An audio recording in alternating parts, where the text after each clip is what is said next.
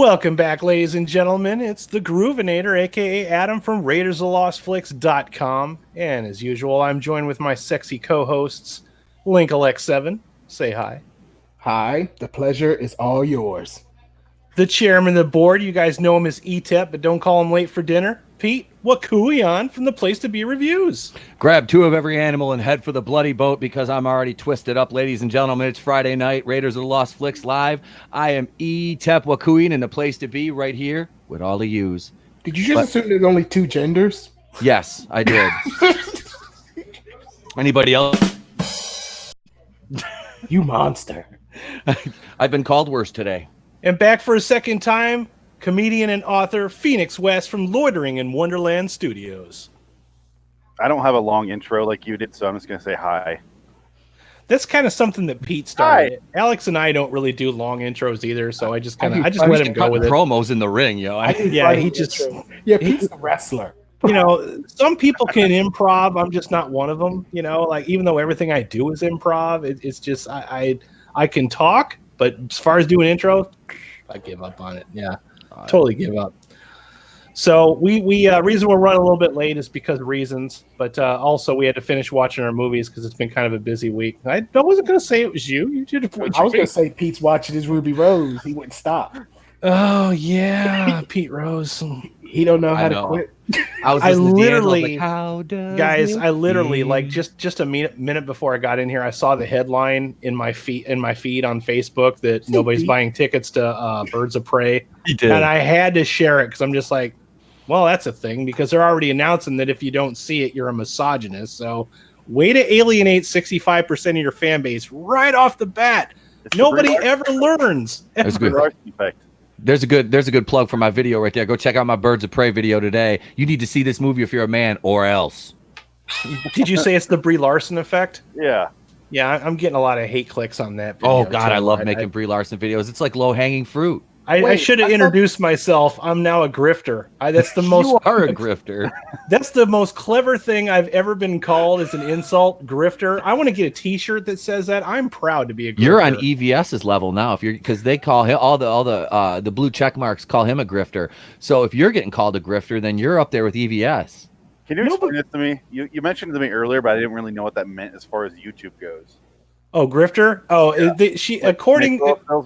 According to whatever vegetable is calling me a grifter, which we've had a lot of fun with this week, just endless sea of arguing. I've never enjoyed arguing more in my entire life.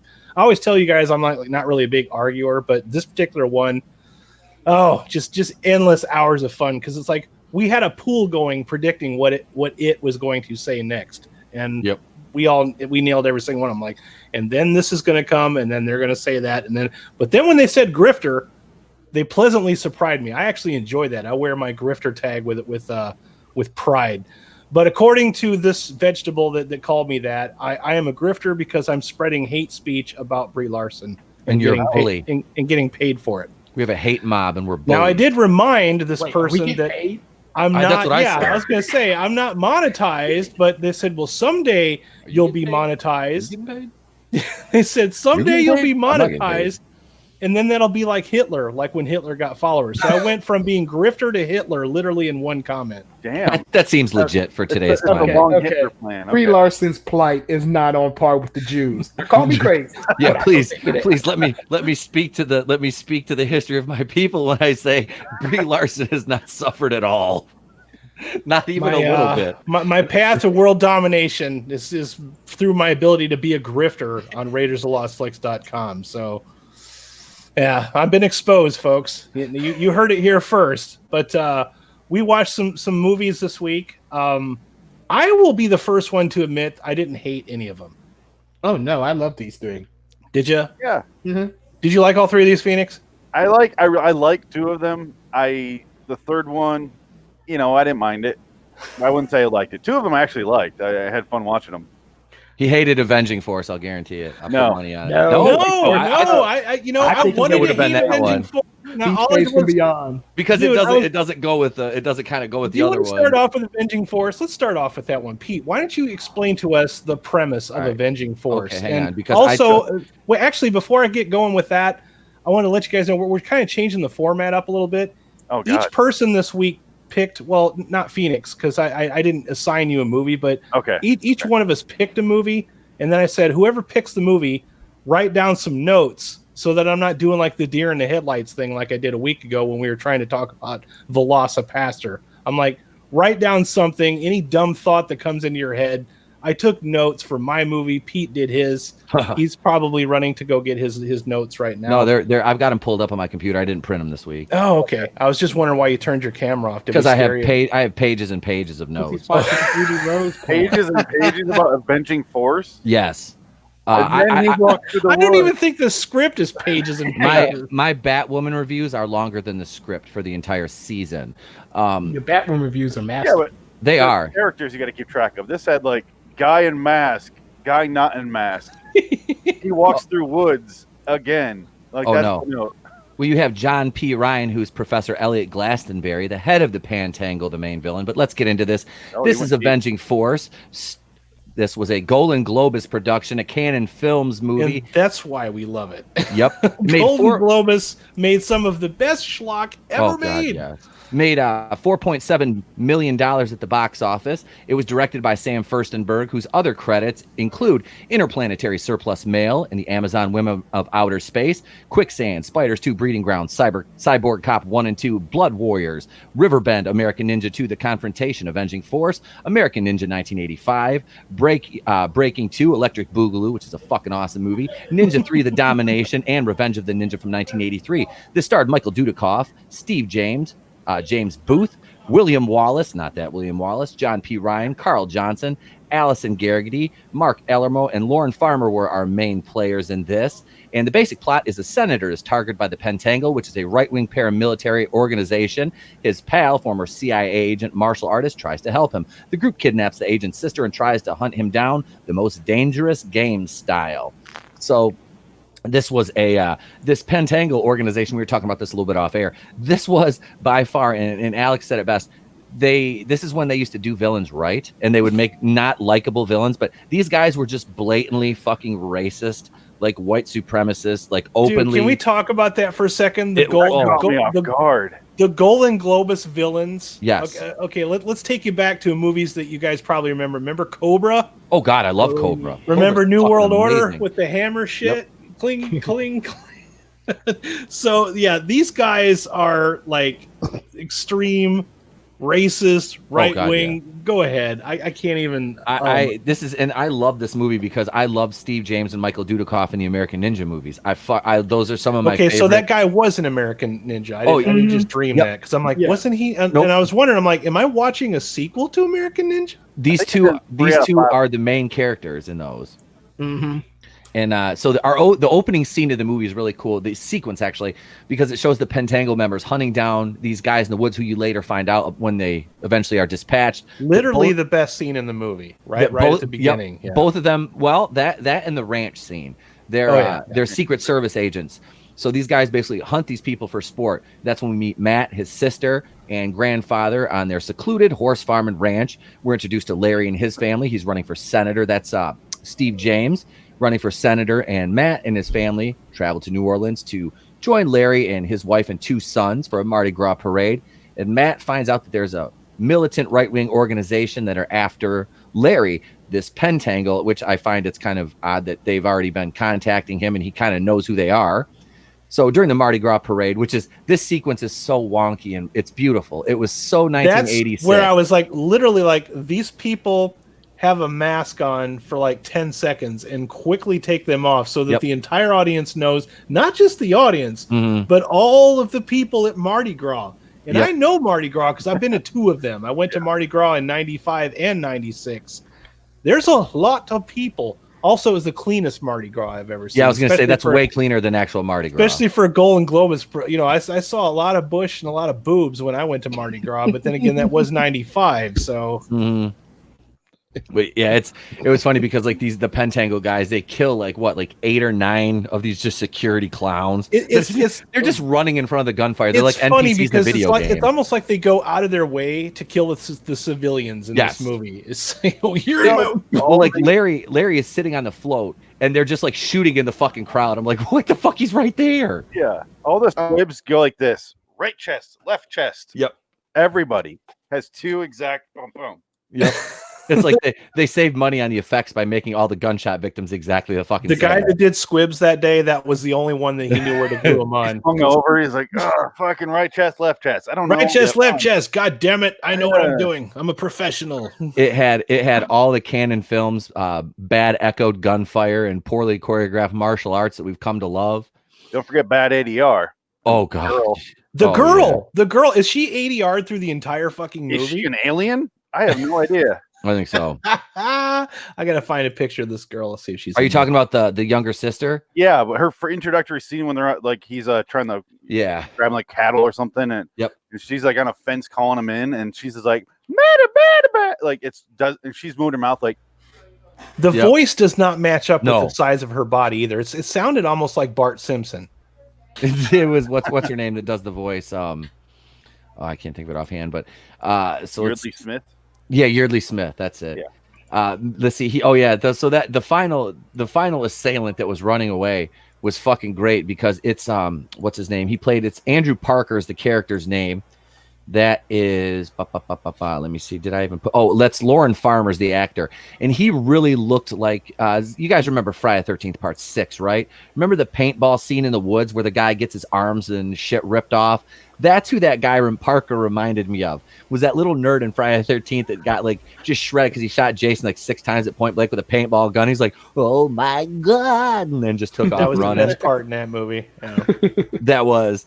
But so I love like the chase scene where he's on the roof and he's wearing he never loses his little like 1950s campaign style hat. Like I was like, was that left from David Duke's run for president? Like, did you like keep that fucking hat or what, dude? Like, really? I was almost expecting them to zoom in again. I thought I was going to say make Cannon films great again. Let's see. So nothing, no love. Trigger warning. I got my Golden Globus 2020 hashtag up there though. Hey, so Orion came back. Did they really? Yeah. Orion Films. Who the hell came back? Orion put out the movie I watched last night. Believe it or not. Yeah. I went to go see Gretel and Hansel. That was. I gotta watch that. How was it? Was it all right? Silence. I'll watch your review after we're off air. I haven't got a chance to watch it. I kind of want to watch that now. I was going to say you just told on yourself. You obviously didn't watch that review. I didn't get to watch it yet. I really didn't. But I'll catch. I always play catch up. It's cool. I do the same thing. Yeah. Yep. Let's see. So let's see here. Your bio and description is really in depth. I'm really we're all gonna look like a bunch of assholes now after you're done. I'm proud of you. Like you really went for it, man. But now I'm just like I'm looking at my paltry little page of notes. And I'm like, but dude, I'm obsessive compulsive when it comes to like note taking in detail. Okay. So I mean, I've seen his Batwoman reviews. When I go back to school, then Pete, I'm gonna have you take notes for me. So I'm fucking amazing at taking notes. Like, I think you wrote the book on Avenging Force. I did. I wrote the companion novel. I wrote the compendium and the companion novel. So Matt loses Michael Dudikoff. He loses this assailant, and we retreated to a beautiful scene at the Pentangle headquarters. When we see a kendo stick martial arts demonstration put on by 2 of our members.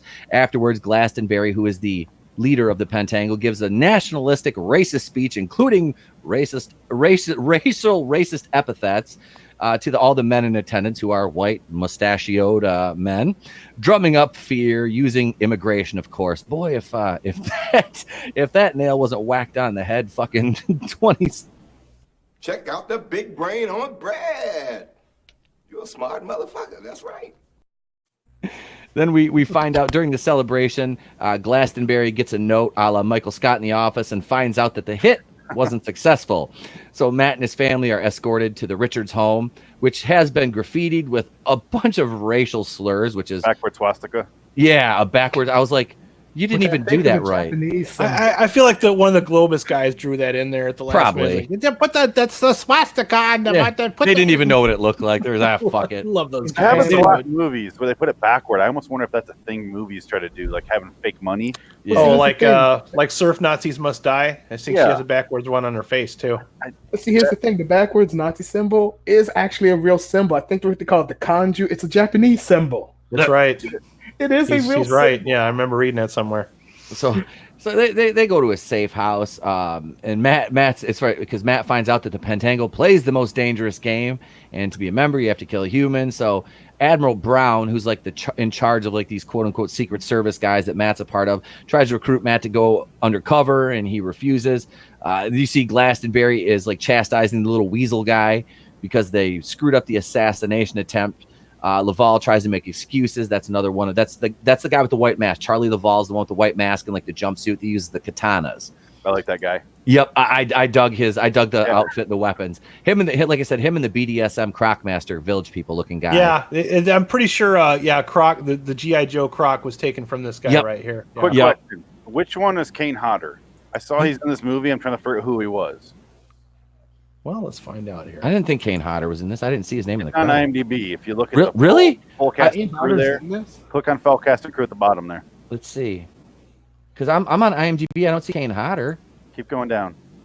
Oh, here we go. Bam. Full cast. Thug. That's all it says. The whole movie, I'm sitting there like freeze framing. That's why I was late. Holy shit, he is. Okay. Thug. Yeah. I'm trying to figure out who he was. One of the thugs in the warehouse. It must have been the like scrapyard warehouse battle. It must be one of those because you remember he ain't this famous just yet. No. At this point, he's not. Jason's around at this point. Yeah, but he's still not Kane. I think Kane this is 1986, so this is Friday the 13th Part 6 territory. I think. But did he have a mask on? Yeah, I don't think Kane Hodder played him till I want to say New York. The Jason Takes Manhattan, which is Part 7 that was 87 or 88. Yeah, the next I think it was 88. Yep. Yeah. Okay. So he's not quite that famous yet. Okay. No. So let's see. So we go. Larry's family, Grandpa and Sarah. They go back to Matt's ranch, and Larry and Matt. Now I love this scene because this leads into that big battle at the scrapyard, and it's more or less just Michael Dudikoff and Steve James dispensing with henchmen, and they get that what's his name, Parker. That chase scene, I love that lifted square body. Chevy. These two guys here are almost as cool, if not cooler, than the guys from Lethal Weapon. They're Mel Gibson and Danny Glover. They totally are. These guys are buddy cop material. They don't do all the too old. They don't do all the jokes, but they definitely got the action down. Like rest in peace, Steve James. They play well off of each other. Oh man, Steve James passed away. Yeah, I like Steve James. Yep. Michael Dudikoff was great, but Steve James he was like funny. He was funnier. He had more of a personality. I like him a lot. Yeah. I wrote down in one of my notes. Sorry to interrupt. No, go ahead. Michael Dudikoff is Keanu Reeves after a trimectomy. I liked him, but he just had no charm at all. No. He's a really good martial artist and he's good at the action stuff, but you don't want to rely on him speaking. Like he's stone faced. Like he has Brie Larson range. My sister dies. I'll hold everyone here responsible. Mm-hmm. Yeah, that scene at the end of the movie when he walks in there. Spoiler alert. It's an old movie. I think we're past spoiler points. Yeah, it came out in '86. Yeah. But no, this one is free to watch, ladies and gentlemen, on YouTube. So if you want to check this out after the show, I highly recommend Avenging Force. I was extremely entertained by it. Can we get to the fact that two things I want to mention? Yeah. Bad guys in the 80s. Just thugs in general. And I notice this a lot when I'm watching Miami Connection. The thugs always have the worst job in the world. They literally just stand around and wait to be killed in every single movie. Just bored all day, holding Uzi, standing there, not even talking, just standing there staring off into space. I'm thinking, all of them wearing members-only coats and shit. How did gangs acquire people in the 80s? It seems to me like it's the most boring, worthless, thankless job in the universe to just stand around and wait to be killed. Do you want free cocaine and an Uzi? Yeah. You think you do like an open casting call, like they're filling the role for the actual movie itself? It's like, anybody with low moral standards, go ahead and show up at the warehouse here on Tuesday at 3 p.m. We'll take you. I would make such a good villain, I would, dude. See, but that's the thing is I couldn't play some just nameless faceless. Well, that's the other thing. Mindless gay. I'd have to have because I can monologue like a fucking. The bad guys in canon films are they're so over the top that they're fun, fun villains. They're just cartoonish as hell. What's his the guy that played Glastonbury? What's his name? John Ryan. Let's see. Yeah, John P. Ryan that played Glastonbury, the head of the Pentangle. He is so melodramatic and just fucking amazing. the fight scene at the end it's of like the he's movie, having fun with it. Yeah, he's absolutely. really having fun. He's chewing the scenery and he's having fun. And I was buying it. I'm like, this guy is like the biggest dirtbag piece of shit in the world. But goddamn, he's making me laugh. He really is. All the villains, him and the bald guy. That was Jeb Wallace. Jeb Wallace was the character's name. Which I called him the guy from Raiders of the Lost Ark. Yes, that's who he looked like. He had the exact same things over his shoulders, and he like, no shirt. Yep. Come on, man. What's his name? No propeller. The actor's name, Carl Johnson. And I put in my notes, bald guy looks like Crockmaster but gay. Looks like you without a beard. No, I'm much prettier. He had a beard. No, he just had a little mustache, didn't he? I thought he just had a little mustache. Oh, you're right. He did mustache. He just had a mustache. That was the quickest drum roll ever. You abandoned that shit quick. I felt like I was going to interrupt something really important. I was looking for a different clip. I was going to do that. I'd buy that for $1. The RoboCop thing. Yep. Yes. You just mentioned the ending there. I know we're not there yet, but that's fine. I couldn't help but notice he's elderly. Yeah, he's old. It's like struggle. It was like I said, it was like George Costanza fighting his dad at Festivus, except the reverse results. I was like, it's the Festivus feats of strength, except you feel bad for beating on Grandpa, but then you just fucking impale him. I won't even say that because Jerry Stiller is old. But, George Costanza is still fat and old too. This guy's in shape as hell and is trained for this shit. So it's not even. Yeah, it should just be a kick in the chest down the stairs and he's done. But no, he had that tourniquet wrapped around Dudikov's neck. He kept twisting that shit. But all right, so let's see. Can we talk about another scene? I just now remembered. I wish I would have taken better notes for this one. I only took notes for the one that I was. I'm glossing over mine because we'd be at this for 3 hours. No, that's fine. Hey, that's fine. Throw them out there. But there's a part where let's talk about when they're at the house. Okay, like the ranch. The ranch invasion. Yeah, yes. The ranch invasion. Yeah. Dudikoff gets an arrow through the ankle. Yeah. And somehow that never comes back again, ever. And also, he's healed in 10 days. Did you notice that the kid gets thrown off of the roof?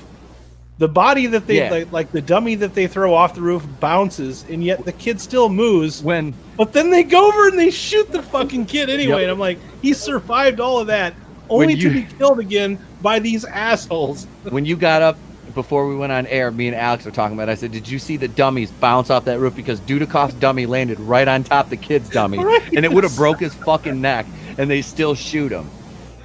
I mean, this is like some Commando level bad action. It's like I love that movie because all the special effects have not aged well at all. But this is one of them. It's like the bodies bounce, and I don't know if that's just the fact that HD has not been kind to movies like this, high definition. But yeah, watching the bodies bounce. I mean, that was the one thing that was kind of a bummer. It's like those people went through all of that only to get murdered any fucking way. Like, damn it, really? Yeah, I laughed like when I remember watching that scene as a kid, and I'm like, well, this is freaking badass. I'm like, because I was probably like, that movie came out when I was like 6. I think I saw it when I was like probably like 7 or 8 years old. I was watching that I think I watched it with my mom, and like I made her record it. So because I sat there and I've watched this movie probably about, I don't know, at least 10 times. Like that was the first time I've watched it, and honestly, like over a decade, I haven't seen it, and I want to buy this one. I really do. Like I told my wife, I'm like, my birthday, is coming up in a couple of months. I'm like, if you buy me a Canon Films collection, it has Avenging Force. That's the thing. I've been looking the American for Ninja movies. I'll be happy as fuck. There's no like complete Canon Films collection that I can find. If they made one, I would fork down any amount of money for it. So I've been slowly going and buying every single one of them that I can find that I don't already have. The problem with Canon Films is if you buy one, you usually are stuck buying one that you already have. Like you wind up getting multiple copies of the same movie. I just give away stocking stuffers at Christmas. I think I got a couple of copies of American Ninja now, but yeah, those movies are great. But yeah, this one, like I said, I had seen the American Ninja movies, at least one of them before I saw this one. I've only ever seen the first one. I have the first one on Blu-ray. Yeah, I seen what's there, like 4 or 5 of them. I think I've seen like it's either 5 or 6 of them. I think I've seen 4. I know I've seen 4 of them. I don't think I've seen all of them, but.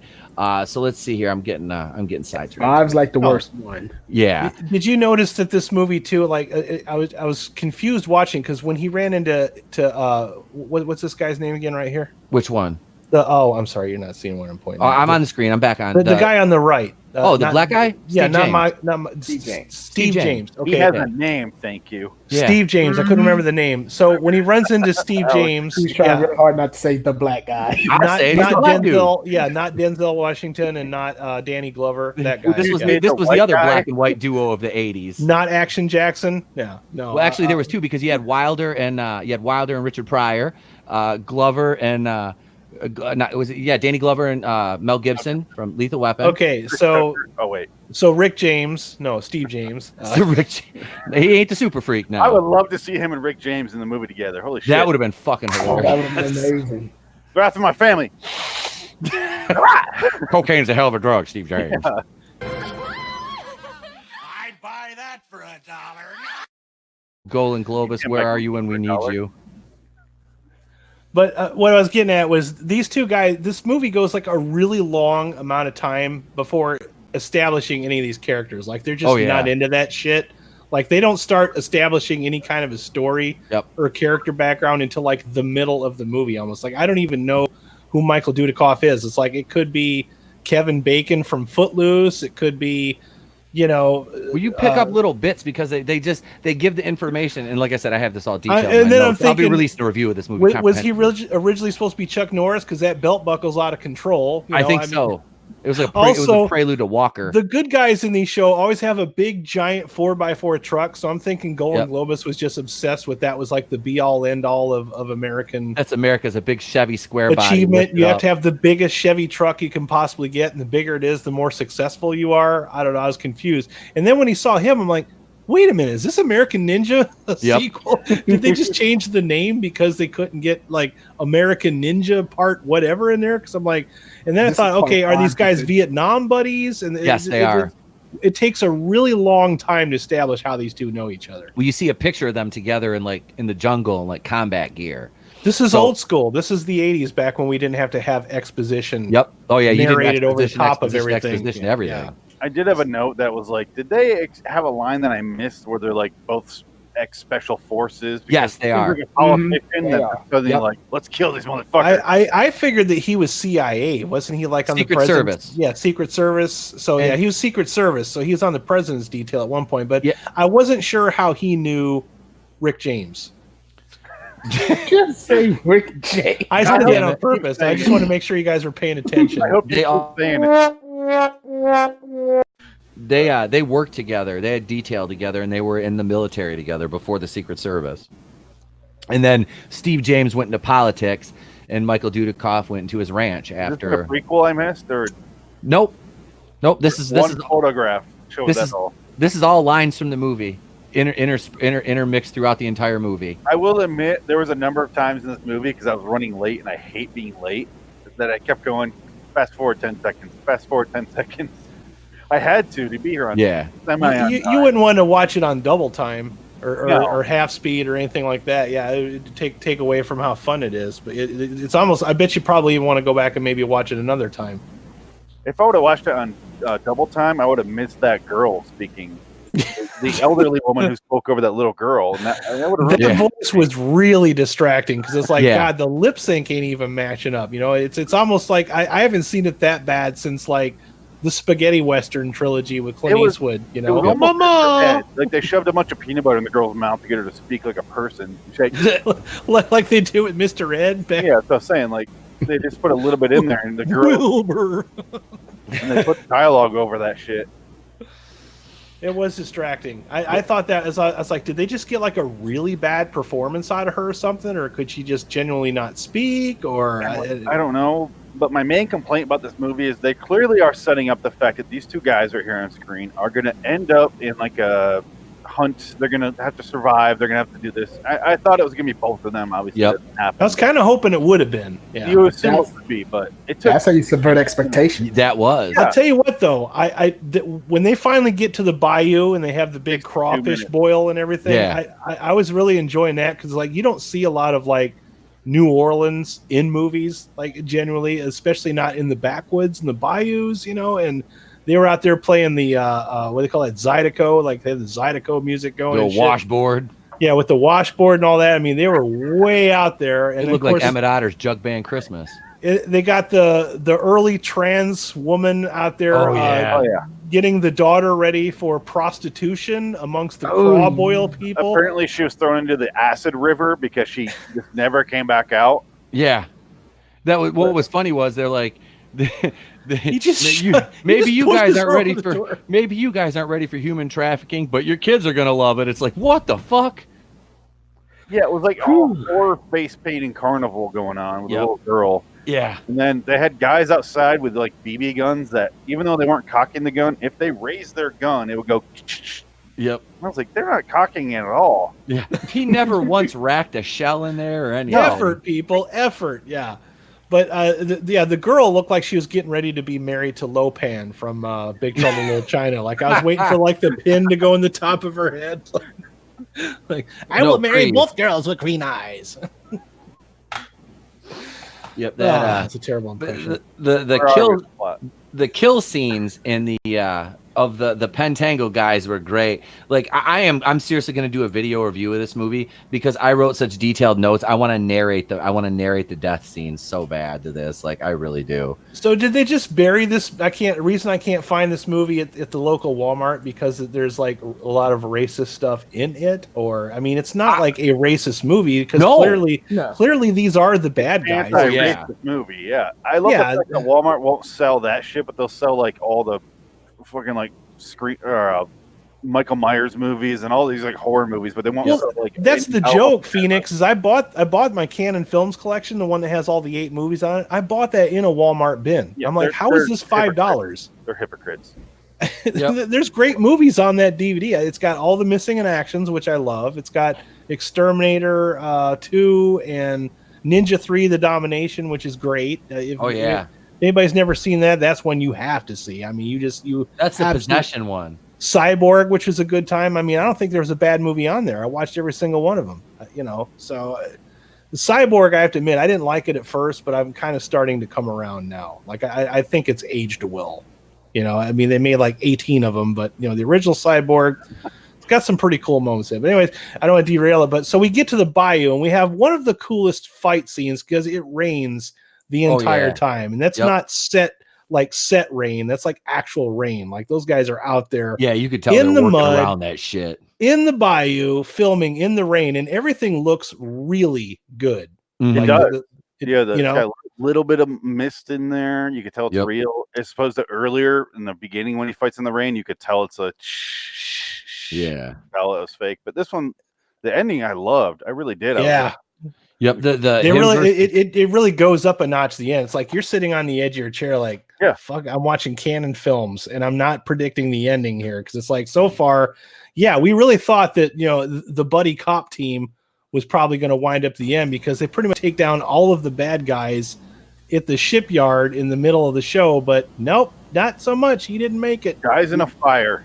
Yeah, that's it, man. That's like died when you in a fire. Off one of your main protagonists in like the middle of the second act of the movie. It's like, damn, you really don't know. You really subverted my expectations in a good way, though. They subverted my expectations, but I was not disappointed. Yeah. He said, whatever you do, make sure you save my son. Just save my son. I promise. And 5 minutes later, son's dead. And he fell. And you not only did he get killed, but you fell off the roof on top of that kid, man.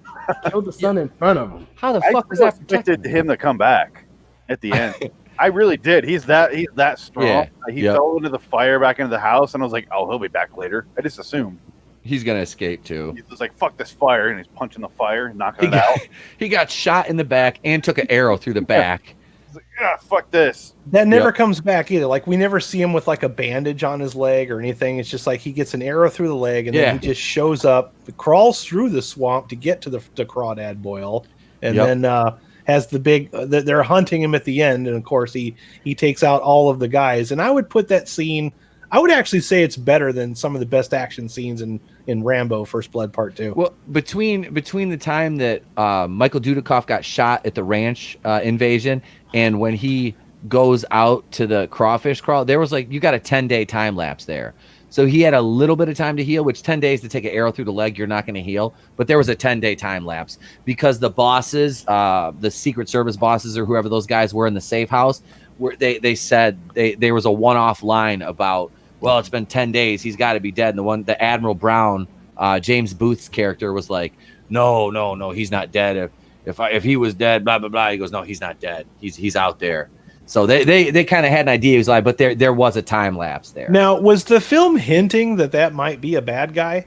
Like he might be a bad guy? Yes. That's what I thought. I was making sure I didn't miss that. I'm like, they're kind of really hinting that maybe he's one of them, but you don't really ever see him do anything that says, yes, he's the bad guy. The end of this movie sets up for the sequel we deserve. Now, look, goddamn it, Hollywood. Where's our sequel? I'm pretty sure Michael Dudikoff is not going to come back and do a sequel to Avenging. He would. He needs the money. No, yeah. Is he going to say no? Yeah, let's look up his net worth. Canon Films is setting him up as like the next big guy, like the next Charles. They really were. They thought he was movie star material. And the thing is, he has everything. He has the same emotional range as Chuck Norris. He really does. It's like they're something a little more. He has humanity behind his eyes, not just like a wood. I don't like Chuck Norris that much. I really don't. Pete looks like he's going to come at you through the camera. Where's the thing? I don't like Chuck Norris that much, but you could tell Dudikoff. I'm just kidding.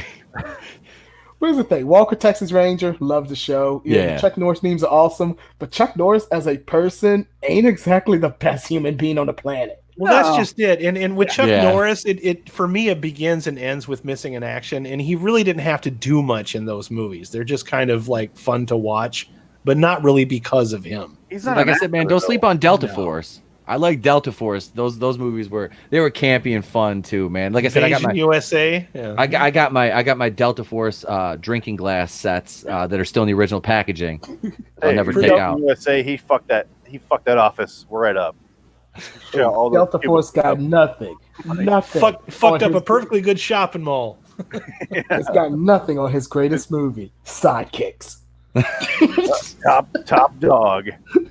But yeah, I remember hearing somewhere that Michael Dudikoff at one point was tapped to play Spider-Man, like a long time ago. When they were trying to do a Spider-Man. Really? Yeah, they were trying to do a Spider-Man back in the early Golden 90s. Globus was going to I don't know if it's Golden Globus. Yes, it was Golden Globus. It was canon. Yes, they tried to do him in Captain America too. Yeah. The weird thing is, even though he can't act, I could see him as a Peter Parker. He does look like Peter Parker. The whole time I was watching that, especially watching him shinny up the side of a building, I'm like, keep in mind, it's him at that age, though. Yeah. Playing Peter Parker is like a 37-year-old. It would be the older Peter Parker, but I'm thinking to myself, what everyone wants. That's what we want now. Okay, in some alternate realm, all right, in some the Spider-Verse. Exactly, the Spider-Verse. Universe, there is a Michael Dudikoff Spider-Man movie, and I bet you it's now awesome. With him as 50-something-year-old. He's probably still a fucking badass. Look, man, I'll take Michael Dudikoff over Tom Holland.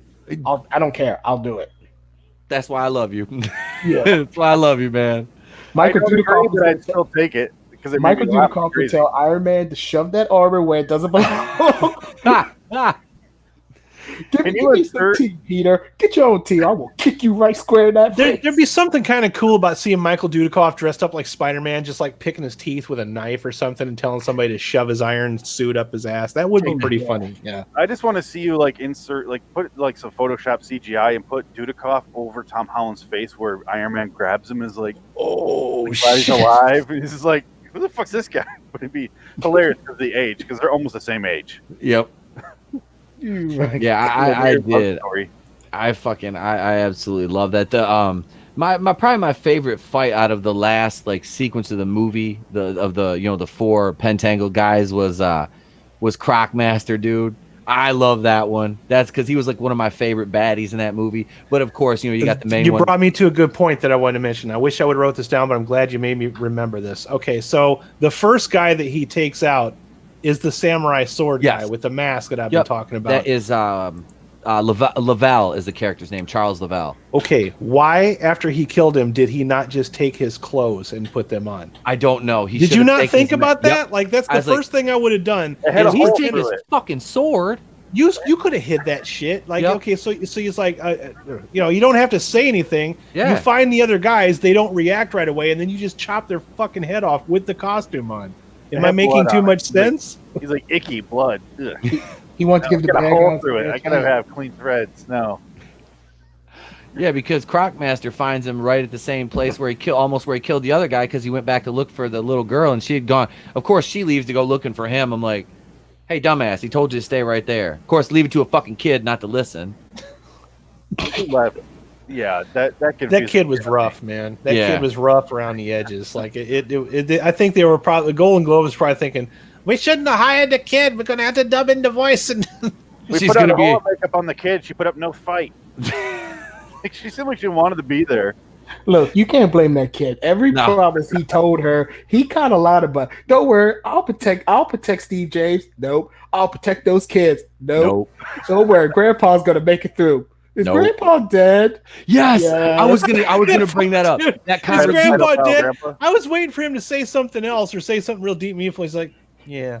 Okay, so the dramatic keyboard music that they use in this, when they had those little tender moments between Allison Garrity and Michael Dudikoff. Holy wonky fucking writing, Batman. Like, Jesus, God in heaven. Like, I was writing better like dialogue than that when I was like in 8th grade. Like, that was like that's like when you were writing your Avenging Force fan fiction, right? Yes. Yeah, dude. Yeah. That's like the writer's room 101 shit right there. Like, it was bad. I'm like, oh, and the wife's making popcorn. I smell it. The goddamn he lost the train of thought. I did. I smelled popcorn. Popcorn derailed the train right there. I got the shiny.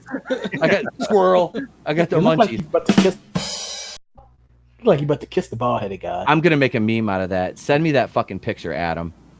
Oh my god! Oh my god! Oh my god! Oh my god! That is getting memed. That is so. Yeah, but the movie, man, I love this movie. I really do. It's one of my childhood favorites, like of these like off-kiltered B movies that I used to like watch all the time, because this, like, my mom used to record this shit on HBO or like Showtime. And I would sit there and just like, binge watch. You kind of derailed. Like, I wasn't like really intending to have a theme this week, but you kind of derailed a little bit. Like, I had like this kind of like, okay, boobs and aliens and girls, we could keep this theme going. And then Pete comes out and goes, let's do Avenging Force. And then I thought, oh, Pete totally derailed it. But then I saw Canon Films logo, and I'm like, yep, we're doing that. Because I never say no to Canon Films. I love almost everything that they've done. Even the really bad stuff is still fun. Yeah. Their shit was never boring. It was always really premium quality cheese. They filmed me on this movie, too. That New Orleans Mardi Gras scene looks great. They filmed that in right downtown. I was going to say that was actually shot on location. I've been in the French Quarter. I recognized all that shit. Yeah, so that was. I mean, obviously they couldn't do it during Mardi Gras, but there was enough extras in there to at least fool me. I mean, they had a full parade going. It didn't look stupid. That's the most amazing thing. And I figured they're doing that to save money later when they're running around the woods. But even the wood scenes impressed me. So this is my favorite movie of the night, surprisingly. Yeah, you know what, the action scene, like I said, it was watching that on high definition. I was just like really impressed. I'm like, how did they keep the crew from getting sick making this movie? And it held up. Everything holds up in this movie. Get in there. It looks great. Yeah, like that's one thing. Like you're really hard pressed to say about a Canon Films production that the fucking effects and everything holds up. And it's 2020, and this came out in 1986. Yep. But no, man, I do. It's funny because like my sister, my youngest sister, lived in New Orleans, right downtown, because she graduated from Tulane. She lived there for like 10 years, and she went to Mardi Gras every year. And we watched this together actually over the holidays one year, about 10 years ago. And she was laughing about it. She solid holiday family bonding. It was, man. We were drunk, and I'm like, we just put it on out at my mom's house. We had the because my mom still had a VCR hooked up at that time. We're talking, this is 2010, and we're joking around. We're all drunk. I'm like, let's watch fucking. And I dug through some of the tapes. I'm like, Avenging Force. So we pulled out the VHS for Avenging Force, watch that. And my little sister said that. She goes, yeah, this is pretty well, like, this is right. This is actual shot in New Orleans, because then we watched the credits. And I'm like, and I looked it up. I'm like, yep, it was shot down, in New Orleans. I'm like, that's pretty cool for them to pull that shit off. My mom used to let me watch that kind of stuff too, and it almost came to a crashing halt because when I was watching Commando and the big fight at the end with Bennett, I'm like, stick his head in the fucking oven.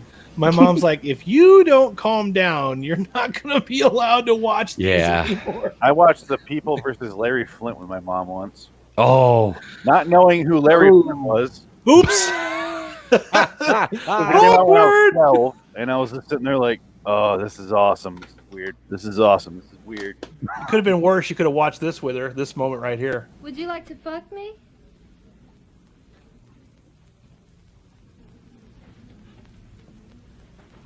Bingo. Well, it makes sense because honestly, that's what it was. Because I really have to debate if you ask me to fuck my mom or Courtney Love from People vs. Larry Flint. I really had to think about it. It'd be a good 2-day debate before I decided which I'm going to go for. I still don't know. It's been 20 years. I don't think. Every time I'm in the street, I hear bruh. Man down. Bruh. I'm still thinking. Alex, allow me. Goddamn white people. Thank you, Pete. You're welcome, brother. I got you. Can I speak on behalf of the black delegation for a moment? Oh my goodness. No, man. You don't get to speak on half of the Jews and the blacks now. Apparently, I do. I'm Rod Carew. I have a Detroit hat on, so I get to. Okay. I own it's a kosher deli. It's down on 7 Mile. Leave me alone.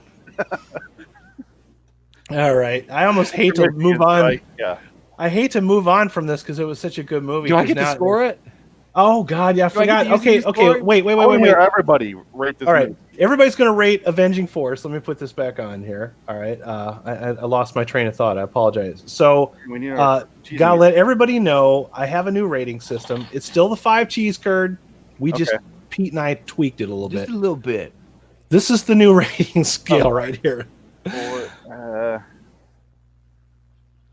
All right. So still the same scoring system. We just changed. It to where it made it a little bit more sense. You know, it's like government cheese versus smoked Gouda. All right. So, we'll start with you, Pete, since you're the one that picked this movie, and you did a fantastic job finding all the info on this, by the way. So thank you. Congratulations to you. I really do want to. Yeah. Everybody, round of applause for Pete. Oh, let's throw some F's up in the chat. First for finding it, and then second for your review. Thank you, man. That was great. Thank you. Now we all look like shitheads for the rest of the night. We interrupted the shit out of it. Just for that, Pete, I'm going to go through this entire show and not bring up Ruby Rose or Pagan. Oh, that's your rule. Isn't it technically bringing it up, though, saying that you're not going to bring it up? From this point onwards. He's granting him leniency, so he has to bring up the fact that he is not. I mean, he's trying, right? He's trying. Yeah. Okay. Oh hell. Thank you. First of all, Pete, I am actually scoring out of cheese curds out of 5. What would you give Avenging Force? Oh, this is smoked Gouda to me. This is a 5 out of 5 film to me, man. It is. If you go strictly on a cheese curd scale, this is smoked Gouda. It doesn't get any campier, any better, any cooler, any more stylized. Horrible villains, and like the panel said, the effects hold up. It was in 1986. This came out, made $4.7 million at the box office. The effects hold up, all practical, no CGI, no green screen. Fuck you, Disney and Marvel. Canon Films is where it's at. This is it, man. 5 out of 5. All right, love so it. Alex, yeah, we'll do Alex next. Oh, you got the thing on me. Okay, hold on. Get my notes. I got to get this off here. Green Arrow. What do you think? I gave it. Okay, I'm gonna guess it because you just took the thing off. I want to say Provolone. Is that 4? Yes. I give it 4 out of 5. That movie, I had so much fun. The funny thing is, I was watching it in the middle of the night, and I was like, "Oh, I'll just watch 20 minutes to go to bed." I got so hooked to that movie by the time it was over. Same with me. It was 4:00 in the morning by the time I was like, "Oh my god!" You lost sleep over Avenging Force. That's awesome. All right, so yeah, 4 out of 5. It was definitely worth losing sleep over. How about you, Phoenix?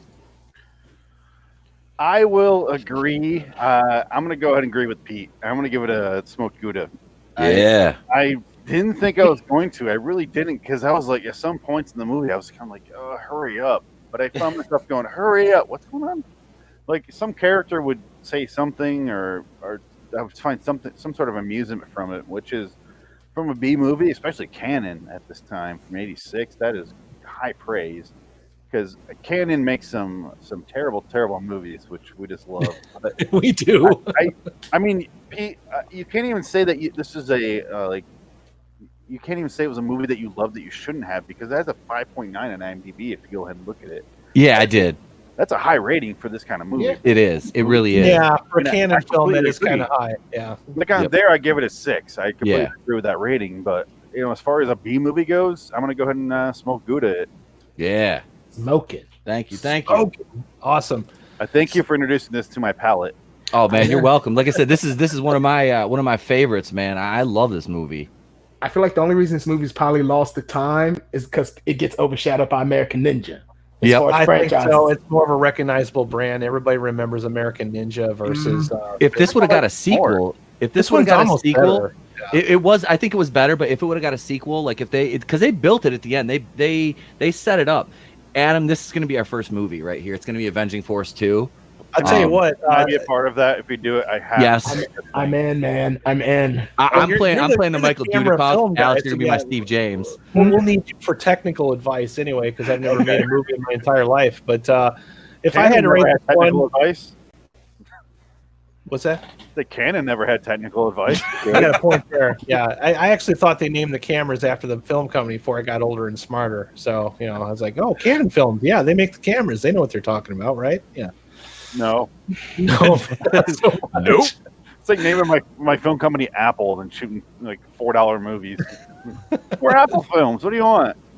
I would probably have to give this one a 4 out of 5, and the only reason I'm not doing the 5 is because there's that whole thing where they don't tell you who these people are or why they're there, and maybe I just get a little bit too. Maybe I've seen so many bad movies that I get distracted by things like that. Like I need to know what's going on. And then I'm also thinking maybe it's because I've seen too many newer movies where everything is over-explained, and I keep forgetting, oh yeah, this is the 80s where audiences didn't need to be explained to. They could get things, infer things by paying attention to things like pictures in the background, which is where I wasn't. But also, like I said, there's some special effects there that are pretty hilarious, but there's also some plot holes, like this super secret group tries absolutely nothing whatsoever to hide their identity unless they're hunting one person.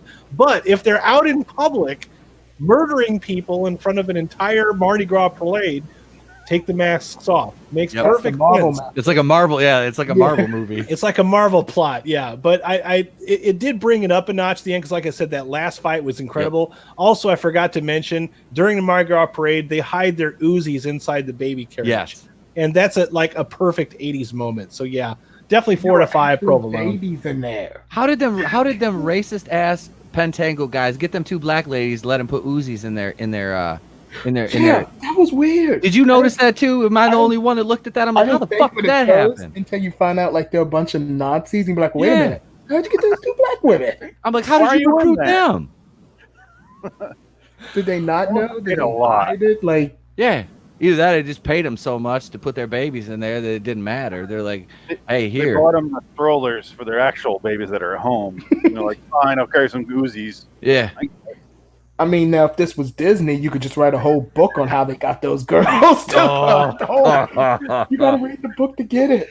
How did they get these girls? Before I get into the next film, I would take some time to acknowledge the chat. We got Frank from Way Off Topic Radio. I've done a couple of shows with Frank. Frank's a very funny guy. I didn't see Frank in there. Yeah, Frank was there before we got there. Maybe he fell asleep. Maybe he got tired of waiting for us because we were running a little behind. So I apologize for that. But he said, all I saw was boobs. I'm down. It's called Target Market, Frank. He's not here. Thanks for noticing. Also, we got both Flare X's in the chat. Hey, so we got Flare X and Flare X45. So Keely Chow. Keely Chow is here. Keely Chow. Showed up. Keely Chow is a favorite, and of course our other favorite, Leo Red. Leo Red, bring the R. Kelly jokes. Keely Chow, thanks for joining us. We're doing our bad movie thing. We just got done watching Avenging Force, so if you get a chance to watch this later, we highly recommend watching that movie. It's free on YouTube. I will post a link to all these movies in the description once this uploads. I probably should have done it ahead of time, but I didn't think about that. So sorry. You should have. From now on, I'll put links to all the movies that we review in the description so that you can watch them. So, anyways, I'll get into the next one because I feel 4.25 for all the average for us. So definitely go ahead and watch it. Yeah, we all none of us gave it less than 4 because we decided that it was that fun. So next one we got. I think I'll get mine out of the way because I probably took the worst notes of anybody here. So I'm hoping maybe Phoenix will be on. I'm guessing. Wait, you mind if I actually go? Oh, you know what? Let's do that. Yeah, we're gonna go into Dr. Alien. Dr. Alien? Yeah, I just watched this one last night. I still got my notes here. All right, Dr. Alien is a sci-fi comedy. All right, get to it. Okay, it's about a high school boy. Well, that's kind of a weird thing too, and I'll get into it. It clearly looks like high school, but they keep saying college throughout the entire movie. They don't want pedophile jokes. When does that ever stop? Everybody. When does that ever stop? 16 candles. Either way. I feel like 80s could get away with a lot more things in screwball comedy than they can nowadays. Sorry to interrupt, Alex.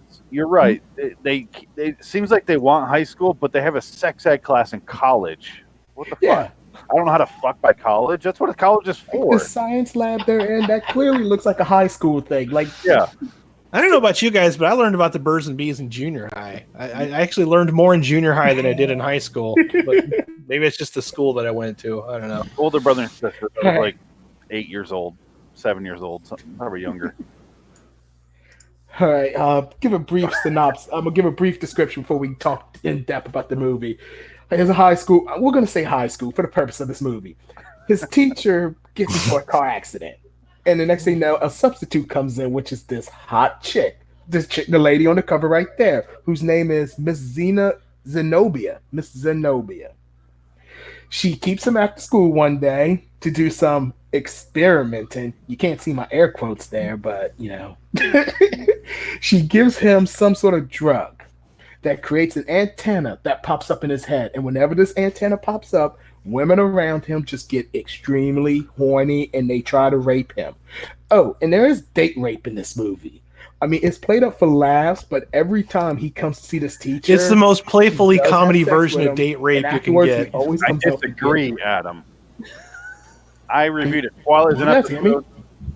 I can hear you, Alex. Sorry to interrupt. I disagree with Adam. There's a Twilight is an episode where he date rapes a girl and impregnates her. Can you hear me? Yeah, I can hear you. We can hear you. Alex, you're good. Yeah. We can hear you. I hear typing. Who's typing? Oh, I am so sorry with that. I turned my volume down. I was like, I can see you. Yeah, we're here. Maybe next time I'll do one of these. Yeah, we can hear you. So y'all can still hear me. Yeah. Okay, yeah, the date rape thing. Yeah, let's get back to date rape. That's date rape. Yeah. Wants to hear. Big plan. Thanks. I mean, it's played up for laughs, but every time he comes in for a new drug, she sleeps with him, and he always does it. He loses his memory. He does not remember. This happens like 3 times throughout the movie. Like, it's date rape. Like, let's be real. Okay, now you're just being funny. So anyway, he gets into some crazy event. He has this girl he likes. I cannot remember her name because she was so boring. She was pretty dull for being the love interest. Which is, I hate to say it, it's kind of typical for 80s raunchy movies. Like the girl the hero wants to end up with is always the least interesting one. She was robotic. She was just... Oh, yeah. I was waiting for it to come out that she was like one of the bad aliens or something like that. That would have been an exciting reveal. Yeah. Can I get a drink? Thank you. Water substance required. Thank you. I was going to say, yep, you can. I just refilled. Did she have what was up with the dick that grew out of his head that wasn't circumcised? What was up with that non-circumcised schlong on top of it? Oh, the dick, I call it an anus. I called it was something. It was fucking. I was like, oh. I don't even think they've done I don't think they did a picture of it here. I was hoping they'd show a picture of it so I could show it. It's too much away, even though they show the full-on alien. Yeah, that's like a twist you don't see till like the third act. Yeah. That's what she looks like when she takes the these two are the same person. Mm-hmm. Yeah, I was thrown off by that at first. Oh, hold on, like Adam. Buddy. Can you go back to that previous picture? Oh, absolutely. This one? No. Previous. I want to see the. We all forgot. There is I don't want to say cameo, but our favorite woman is in this movie at the bottom right there. Linnea Quigley. Yep. She is nude in this movie. Yes. Which one of you couldn't say her name a couple weeks ago? Was that you, Alex? That was me. The funny thing is, I can say her name. He's in 2 of our movies today. You know what's funny about that is Alex is probably the biggest Linnea Quigley fan here. He just couldn't say that name for something. But don't feel bad because several weeks back, I could say it. I just couldn't say it when I'm on air because I don't know. I guess I'm live. The pressure's on. We had to teach Pete how to say Mahershala Ali. He couldn't. Mahershala Ali. It took him a long time to figure that one out. Like Pete can speak Spanish better than any of us, but he couldn't say Mahershala. Linnea is the best part of this movie, and she only has like 2. She doesn't even have a name. I think she's in IMDb as like rocker chick number 2. Yeah. But she's naked, and that's enough for me. Can you go back to the Swedish poster where it says "Sexperiment" and that's the name of the movie? That's my favorite one. There it is. Yeah. Sexperiment. It almost looks like she belongs in ABBA, doesn't she? Like she's getting ready to start singing "Dancing Queen." Yeah, that would be a great poster. Has this version? I don't care if I can't even play it. I want that in VHS form sent to me. He just wants to have it in his collection. I do. It does make more sense for a title. I mean, Dr. Alien, you don't even know she's an alien until like near the end of the movie. Or a doctor. Who gives a shit if she's a doctor? She took the place of a doctor in the opening 30 seconds. Yep. Mm-hmm. That's it. And she never gets topless either. For whatever reason, she does not. Every time I'm glad. Yeah, I'm kind of glad. I would have liked to have seen her topless. They look. I don't know. I had a hard time dealing with whatever it was going on with what's on top of her head. Like it was really strange. Let me go back to that picture.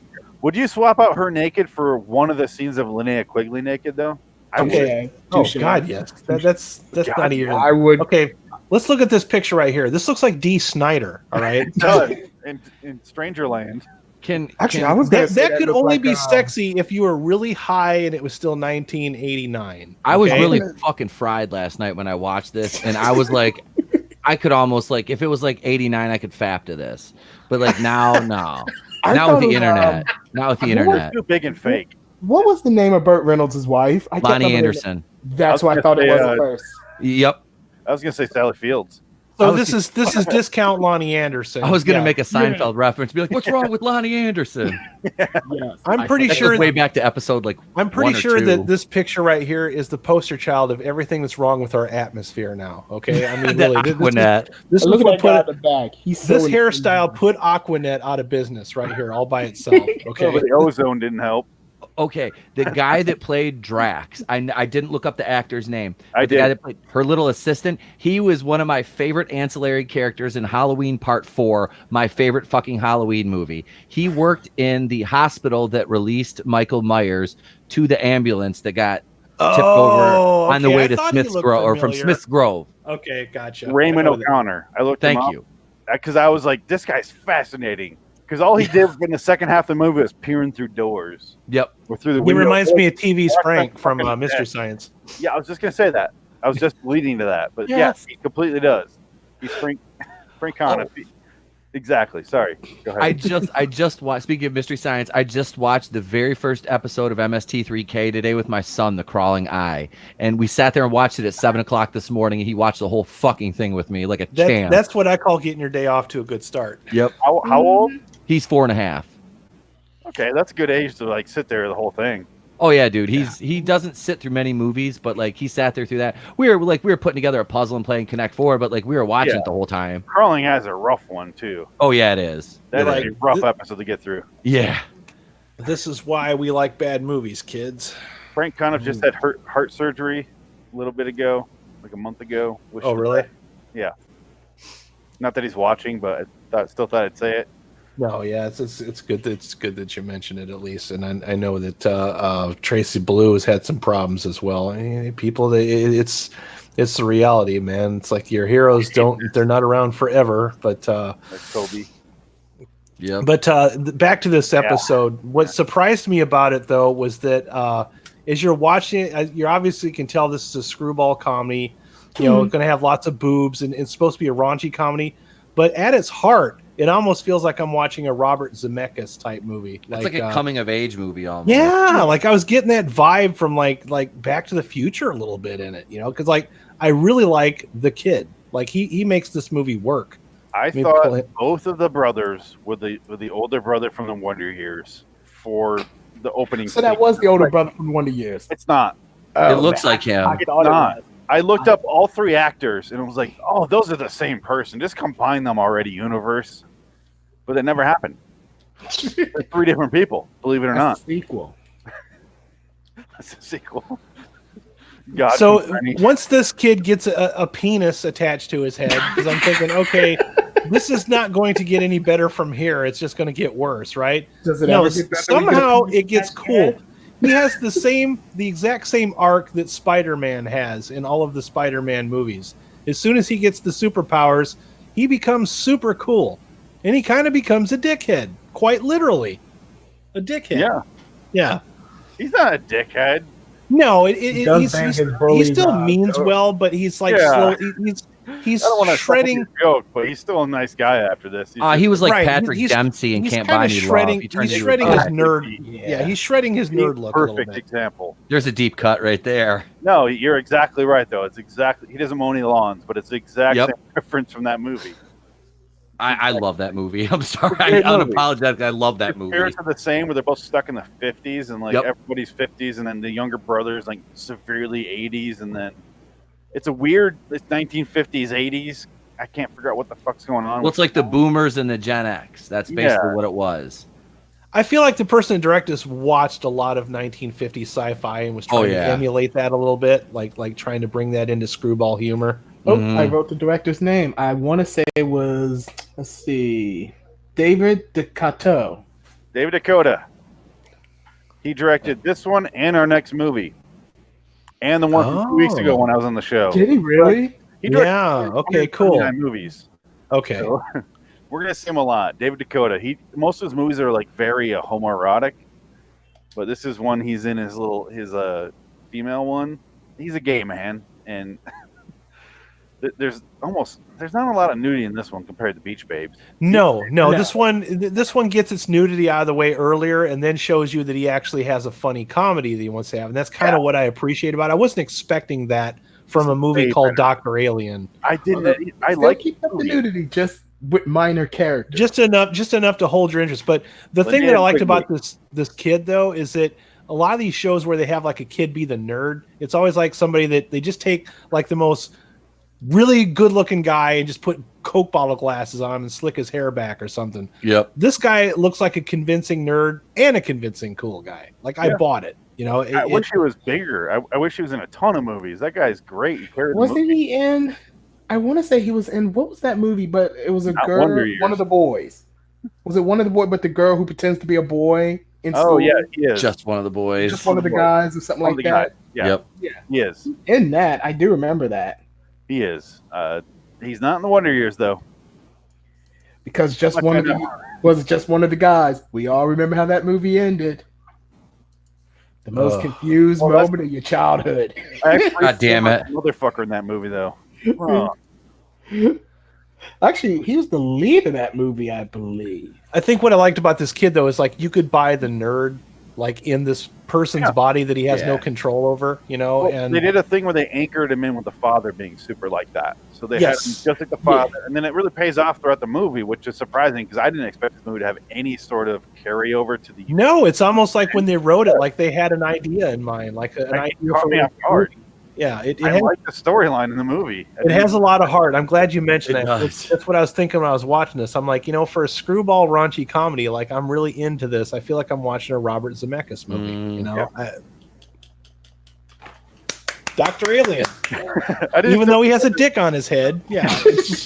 An uncircumcised one at that. I wonder if I can find the scene to me where he's at the hot dog stand, and for some reason it's ridiculous to ask for a Polish sausage at the hot dog stand. I don't know why. I didn't get that joke either. It didn't make any sense. That seems like a reasonable thing to ask for the hot dog. Yeah, but then it seemed like they'd have a kielbasa.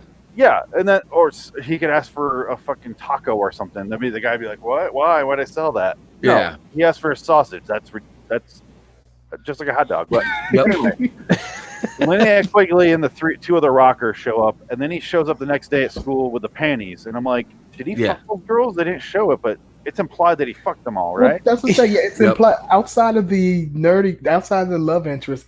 He is actually fucking these women. Like it just always cuts away. Yeah, I have to be careful what I share here, but I just want to make sure I got so you can see what the hell it is that we're talking about because it's quite ridiculous. This thing has like a little mouth, like I don't know, maybe a mouth, could be a butthole. We're not really sure. Yeah, good. I can't get a bigger picture than this. If I could find a bigger picture, that site that shares it and zoom in. I don't think anybody's taken the time to remaster this movie, Phoenix. You know, I can't get a good 1080p picture. I think 480 is about as good as I'm going to get. Yes, I zoom in on it. It takes me. I feel if you try, you could find it. Bullshit ass websites. All right, there we go. Is that any better at all? That's as big as it gets. I just read a comment in the chat that says that's what she said. Impregnation. I wouldn't mind getting a Klingon woman pregnant. Oh, Keely Chow, we love you. You have a weird forehead, baby. I don't like half a weird forehead. Would it be half the forehead, or would it what be was that? Was that Cutaway in Family Guy? Why don't you suck my ridges? That's what she said. She said, "Suck my ridges." Suck my ridges. Oh, Good Cardi B on that ass. Yeah. Where's my motherfucking money? That's all I hear when I hear her name. Cardi B. Y'all seen that video of her making the Star Wars noises, right? I want. Nope, I don't pay any attention to her at all. I will inbox that to you. As a matter of fact, do it. Yeah. I want to see her too. Is it just Chewbacca? It's her making stupid noises, and it's dubbed over the Star Wars scene. Oh my God! Please send that to me. I got you, man. I got you. Hang on. It can't be better than Trigglypuff. Come on now. Oh God, that was fucking hilarious. The Trigglypuff dance. I didn't even know what that was. I started using that fucking chick on my Captain Marvel video the other day. I was like, I need a fat feminist to use in a Captain Marvel video. I'm like, I just searched fat feminist, and here she comes up. I'm like, this is a perfect clip. It's like 6 seconds long. See if I still have that. Oh God, I'm totally derailing the podcast. That's all right. It's for a worthwhile cause, bro. Is it for a worthwhile cause? Okay, Is it really? If you guys convince me that it's a worthwhile cause, oh, here we go. Send it to me an MS or Messenger or something. Do it. Oh, we're gonna show it right here live. I'm IMing you the Cardi B thing. I got to see it later too. So please send it to me. Share audio, Chrome, and here we go.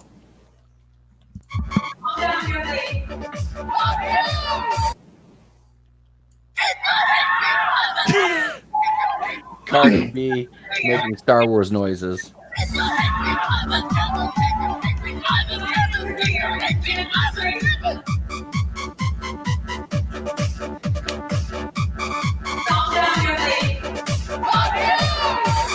This is gonna haunt me. Her arm, like the American flag. Stop talking to us like children! This is free speech if you're joking, sir! Yes, it is! Fuck you!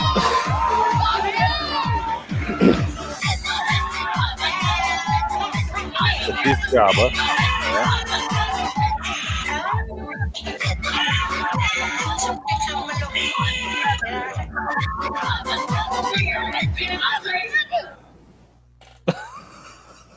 Expected it, all right. So immature. I know. I had to. I just had to. Because I've got people. Her arms. You literally got lost in her arms. I'm pretty sure entire families got lost in her arms. Oh, there's a lot of calories lost in those. Phoenix, your inbox has got a video of Cardi B making Star Wars noises now. Oh, perfect. Okay. So, Dr. Can't play that, so go ahead. Thank you. I will check that later. Oh, it's fucking hilarious, bro. Can't wait. I was hoping we could watch it here. I don't know if we could watch it because of the Star Wars footage. It's minimal, yeah. The only thing we can really watch here and get away with it is like direct public domain. Like, Dr. Alien is not public domain, but no, it's not. I mean, it should be, but it's not. It's I think it's Full Moon has that one, but no one's gonna admit they made Dr. Alien. I will reach out. I'd be proud of Dr. Alien. I like it. I like it. My services to reach out to Charles Band, so next time we can cover a Full Moon movie. Yes. Dude, I would love to interview Charles Band. I'd be like, I've done all of his movies on my show, and I am a big fan of Charles Band, dude. I love the guy that knows his audience. You know, I mean, really cool guy. But I love full moon movies. And Adam, you said you were a part of the Full Moon Online for a while. I had a subscription to Full Moon through Amazon. Amazon Prime has where you can like add channels, and I think a Full Moon subscription was like $6.99 a month or something like that. And yeah, I had a sub to it for a while. That is a lot for just. I watched every single thing on there, and then I thought, okay, well, they're not adding anything new, so. Yeah, I watched every single Puppet Master movie, and we reviewed it back in the Loitering In Wonderland podcast. And we never got around to his what's the other channel or the other release he has for Beach Babes? It's something else. It's like Torchlight for like his risque movies with boobs. Oh, I think I know what you're talking about. Yeah, I can't remember the name of it either. Something like that, yeah. But we'll get around to that with the next movie.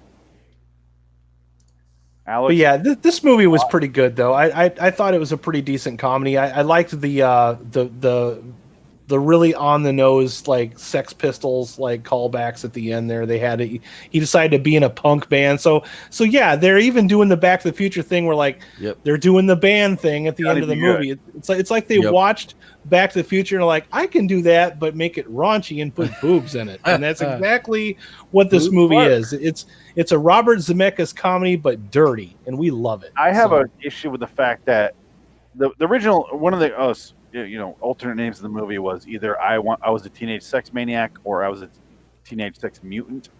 But when they introduced the band at the end, the song playing before they go on stage is saying like, I was a teenage sex mutant. And then they go on stage as sex mutant. I'm like, yes. And then the band is Sex Mutants. Yeah, they have an opening theme song. They never play that song. That's weird.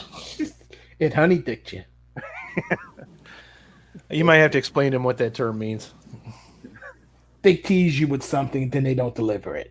What's that? Honey dickin'? Honey dickin'. Thank you, Dion. Yep. There's a show that we watch, and there's a guy on there that brought that up, and it's just kind of caught on, and everybody's going to use it. That unsubscribed to my channel. Yeah. Pete's calling you out, Dion. I'm sending you a box of fucking plastic horses, Dion. I've got a box of plastic horses. Don't think that I don't. I'll send them to you. So Dr. Alien is not available on YouTube. That one's available on Tubi. This is YouTube. What's that? I found it on YouTube. Oh, you found it on YouTube? I didn't. I watched it on Tubi. Yeah, I watched it on Tubi. Yeah. Well, that's cool that you found it on YouTube. Bros. Yeah, I found it on YouTube. That's how I watched it. Okay, so it is available on YouTube. I just didn't look hard enough, I guess. So. You have to search a little deeper. It's pretty down the page, but I found it. Okay. Remember all those random messages I sent you, Adam? That was like, how do I? I found it. Oh, that's the one you were looking for? Yeah, I found it. It was way later. That's cool. So this one, I guess I'll go first. I'm going to give this one a 4. I think this one was. I was not surprised. I was not expecting to find a heartfelt comedy in a dirty screwball movie with boobs in it, but it was there. Like I came for the boobs and I stayed for the rest of the story. I wanted to see how it would end. If they made a sequel to this, I would probably check it out. And also, I want to mention that makeup at the end where she finally reveals her face. That's a pretty cool looking head that they had. Even when it fell over, it looked good. Like it's very animated. It definitely looked a little bit better than the stuff they have at Chuck E. Cheese's. I'll say that. So they put something on the actress's face because she's talking. It's fine, and the eyes are animated. They're articulated. They move. You look pretty good. How about you? What would you score this one? I'm gonna go ahead and agree with you on the provolone.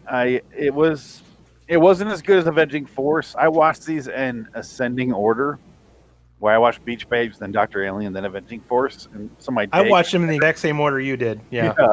Like they got better as I went along, and then quickly got in line with you guys. So, I mean, Avenging Force was almost like it doesn't belong on this show. It's one of those B movies that just dips its toe into the mainstream. You know, it does have elements that can honestly compete with Die Hard.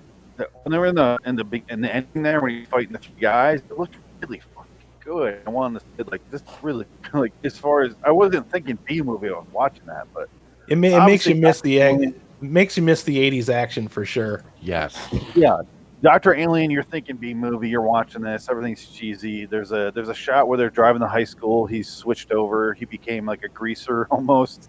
That was funny. Yeah, he's driving around in a station wagon. Station wagon, yeah. They mentioned that, oh, you look different, but I'm like, why the fuck does he own these clothes at all then?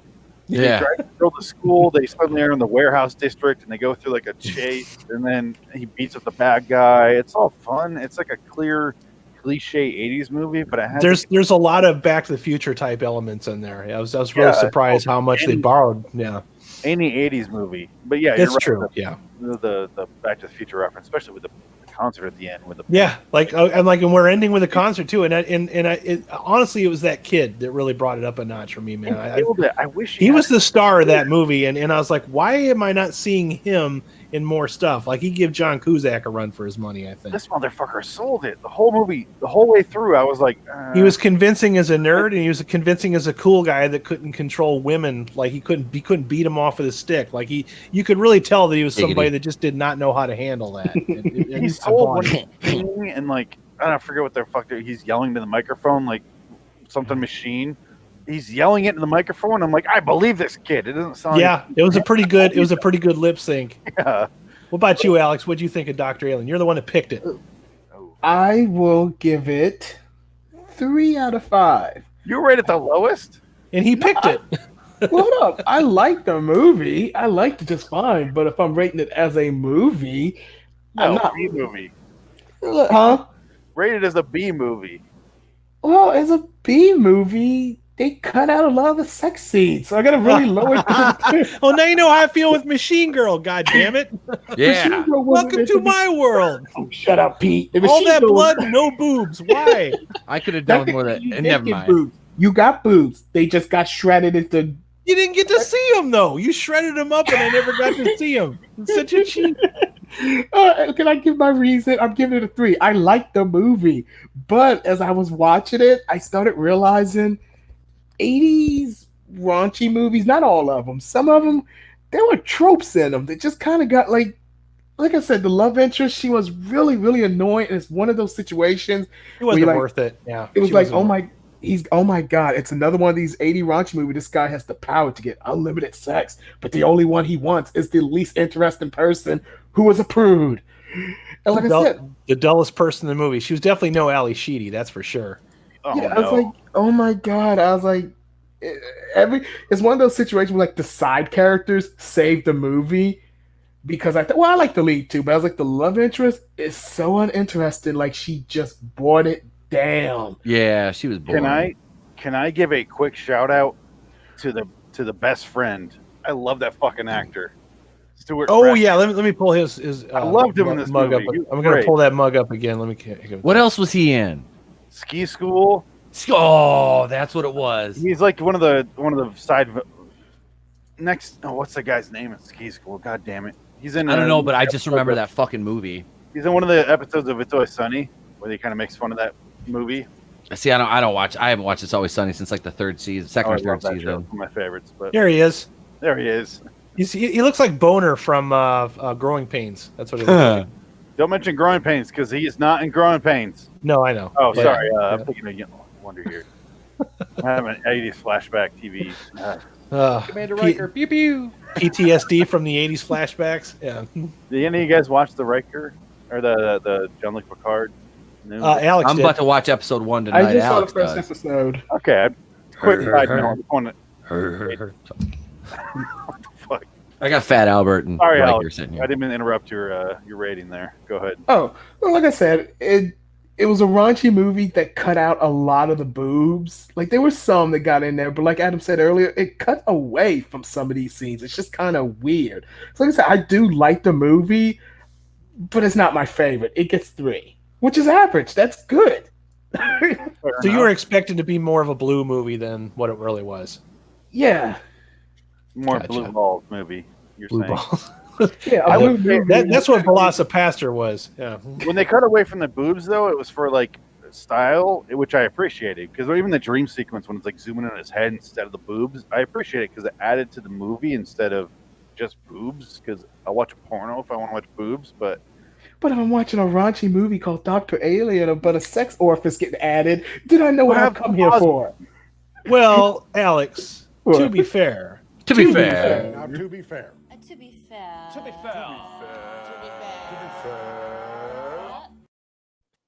To be fair, it was called Dr. Alien, not Dr. Boobs. But still, look at the cover. The lady's not in like she's not in like fucking Citizen Kane. She's in. Look at her career. But that's what I said. It's not Citizen Kane. But where's Dr. Titties? It's not Citizen Kane. But it wants to be. It's not even Citizen Poxy. With a K. Dr. Alien is like that kid in one of those 80s movies that thinks he's really cool, but it's like, no, you're more emo than you think. He has to learn that lesson at the end. Yeah. This is the one that you picked. Yeah. Well, here's the thing. I like that though. I like that we pick movies and they don't always win. I just thought of something. Does the main girl not have like weird Stockholm syndrome where no matter what the fuck this guy does, she thought he raped her? Yes. She thought he put on a 1 minute, get away from me, never talk to me again. Yeah. Then, it's okay. And I'm like, don't ever let her go. He was fucking 3 girls in the back of the concert. He was doing all this shit. He treats her like shit for all she knows. She doesn't witness the speech that the alien gives at the end where she explains. Yeah, she didn't show up till after the alien leaves. It would have made sense if they showed her reaction during that shot. One quick 14 frames of her watching going, oh. But no, she just looks like a psychopath coming at the end going, hey, I forgive you. Like, what the fuck's wrong with her? I'm pretty sure the sequel that was made to this was actually Basic Instinct. What about you, Pete? What'd you think of this one? I'm going to go 3 out of 5 out of this one. It had heart. I like Drax. The alien effects, the big blue fucking head was kind of cool.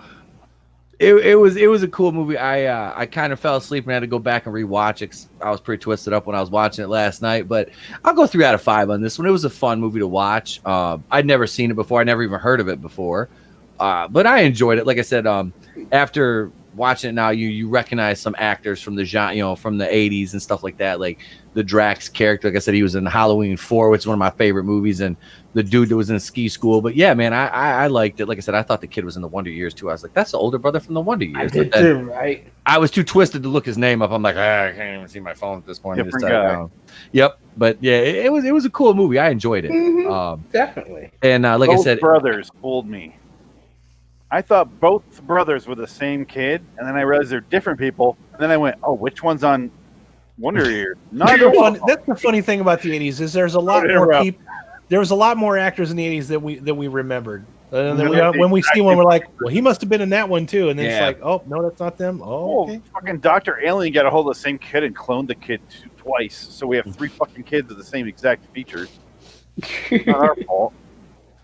And the love interest was a robot. I think we can establish that too. Sorry, yeah. Pete. No, you're fine. You're fine. No, like I was just gonna say, man, I went 3 out of 5. It was a fun movie. I enjoyed it. Mm-hmm. It was a good watch. Not nothing that I regret watching. It wasn't Velocipaster, which made me fucking gouge.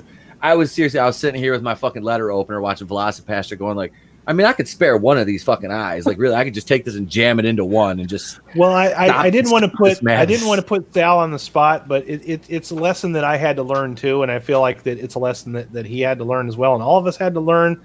Is that when you watch movies like that with titles like that, for one, the box art is always going to be bullshit because the movie can't afford a budget to show you a monster like that. 2, you never heard of it, probably for a reason. 3, it was made in 2000 whatever, so it was designed to be a trash movie. It didn't have any kind of ambition whatsoever. It was designed just for that. I have a 4. I told you 2 weeks ago. Asylum. Ban Asylum movies. Well, this wasn't an Asylum movie. Velocipaster was some other bullshit company. Oh, I thought you told me they were. Asylum. No, but it's a similar type of movie. It's even cheaper than an Asylum movie. It's like almost if it wasn't filmed with a better camera, it was like directed like DVD. Mega Shark versus Giant Octopus. Yeah. And for that reason, we're not going to do any more Asylum movies on this channel. Asylum has a ban. I interned there. Fuck those guys. Is Blumhouse turning into the new Asylum? I was wondering, dude, because they have a movie coming out called Fantasy Island, and what gets me that movie. I almost got in an argument with somebody because they were talking about Blumhouse. I'm like, angry. You guys notice that Blumhouse always has to be like, from the producers of Halloween and Get Out. They do that in every movie. I'm like, Get Out is their fucking you had 2 fucking hits Get 2 Out hits, and Us, like and everything else movies. is trash. Yeah. Fuck Halloween 2018, man. Fuck Unless that movie. Jordan Peele's doing it, it's gonna suck. Do you guys really hate that movie? Because I was Halloween 2018. I hated that. I wiped my ass on that shit. I hated that movie. Resurrection. I watched Resurrection is so much better than 2018. Oh, I don't agree at all. Which one? Resurrection. I'd rather watch Resurrection. The only thing that Resurrection is better is it's better than the Rob Zombie movies, but it's not better than 2018. At least Resurrection is memorable. 2018 is just like, here's the best of Halloween, even though we retconned all of Halloween, and it doesn't matter because we're going to they hid in the basement. Oh, it's a turn. Yeah. Oh, they're in a hospital. I was like, it's just Halloween. I was like, look, if I'm watching your movie and all I keep thinking is, you need to bring back the cult because this doesn't make sense. Yeah. He's an 80-year-old man. How are you still this dangerous? Like, that doesn't make... You have to bring back the cult. And if you have to bring back the cult, your movie failed. Yep. Keep in mind, there's a series that makes no sense from beginning to end, though. After the second one, it died because like they didn't even mean to make a sequel. They weren't originally intending for Jamie Lee Curtis to be his sister. Look, I like 4. 4 is all right. Halloween 4 is my favorite one. It's worse than Terminator. Yeah. Huh? Halloween is the worst horror movie franchise ever. After the first fucking sloppy. No, I've seen worse. There's all no. I'm gonna be honest. Hold up. We need to find Hold up. We need 4 movies. Huh? Leprechaun goes to space in 4 movies. At least I was gonna say Leprechaun in the Hood. Yeah, hold up. The Hood. At least no good. Hold up. At least he went to the hood, and he's not once again trying to kill Jennifer Aniston for like the 20th time. Like Halloween has no originality left. No, fuck that. I say this to people all the time. Don't ever, if you like the Halloween movies, don't ever complain about the X-Men movies time because like Halloween is way more convoluted than X-Men. Way more. You know what's heading there too, Alex, is that Conjuring universe. That one's pretty bad. I fucking love those movies too, man. They were first 2 Conjuring movies. Fine movies. Annabelle was all right. All of these spin-offs are bullshit. All of them. Annabelle, bullshit. Annabelle 2. Or whatever. I haven't seen Annabelle 2 yet. I haven't seen Annabelle 2. There's already there's more Annabelle than there is Conjuring movies. Those Annabelle movies are bullshit. Wait, all of them, even the ones that they like. They do a bullshit. prequel for Annabelle now. There's Annabelle Comes Home. This is a prequel to the prequel to the original prequel. It's fucking how many movies are in it? Was there because you got the Conjuring and Annabelle are in that universe, right? Fuck this shit, I'm out. Don't forget the Curse of La Llorona. Sorry, yeah, you're right. I haven't seen that one yet. Which one is it? Curse of La Llorona. That one. I haven't seen that one. You're weird. That one's weird. It makes no. The Nun. The Nun's in that universe too, isn't it? The Nun. You have kind of like the Nun. Conjuring 1, 2. You have 3 Annabelle movies. You have Curse of La Llorona. You have the Nun. So 7 movies. Okay. 3 of them are good. The two Conjurings. Dude, those movies got me like. Fuck you! Fuck you! Fuck you! I love that. I own that on DVD. You're showing Nick Cage. Sorry. Sorry. Let me put it. In case people are wondering what's going on, Phoenix West has an entire playlist of Nick Cage movie reviews on his channel. So make sure you subscribe to Loitering in Wonderland. He's kind of a fan. Alex, do you need me to say it again? Don't say! Alex, do I need to say it again? Goddamn white people. You know what, though? I'll say this, but The Conjuring. It's crazy. Like I said, I haven't seen all the movies, so I can't say. The ones I've seen I like. But once again, at least those movies take chances. They may not always work, but Halloween has been stagnant since I like 4. I do. I think 4 is all right, but 4 is one of those. It's like Terminator 3. It's not offensive, but it didn't need to be made. But it's like, other than that, Halloween is like the same tired. I'm sorry. He's Pinhead now at this point. Yeah. You have the legacy of the first 3 movies, and that is it. And some people don't even give you 3. Hold on. You just said Halloween's the worst, but yet still comparing to Pinhead, which is a way worse franchise. This is true because I will say, was it the Hellraiser with Lance Henriksen that was like based in the online game? Wasn't there a Hellraiser that was like that? Yeah, I can't remember which one that one. Okay, thank you, Phoenix. 6. Yeah, I haven't seen it since it came out. That is a terrible movie. It is a terrible movie. I would still pick that. Hellworld, that was it. Yeah. I know my Hellraiser. I would still pick that over Halloween 2018 or Halloween Insurrection or Curse of Michael Myers or what was Part 5? Part 5 was the Inferno.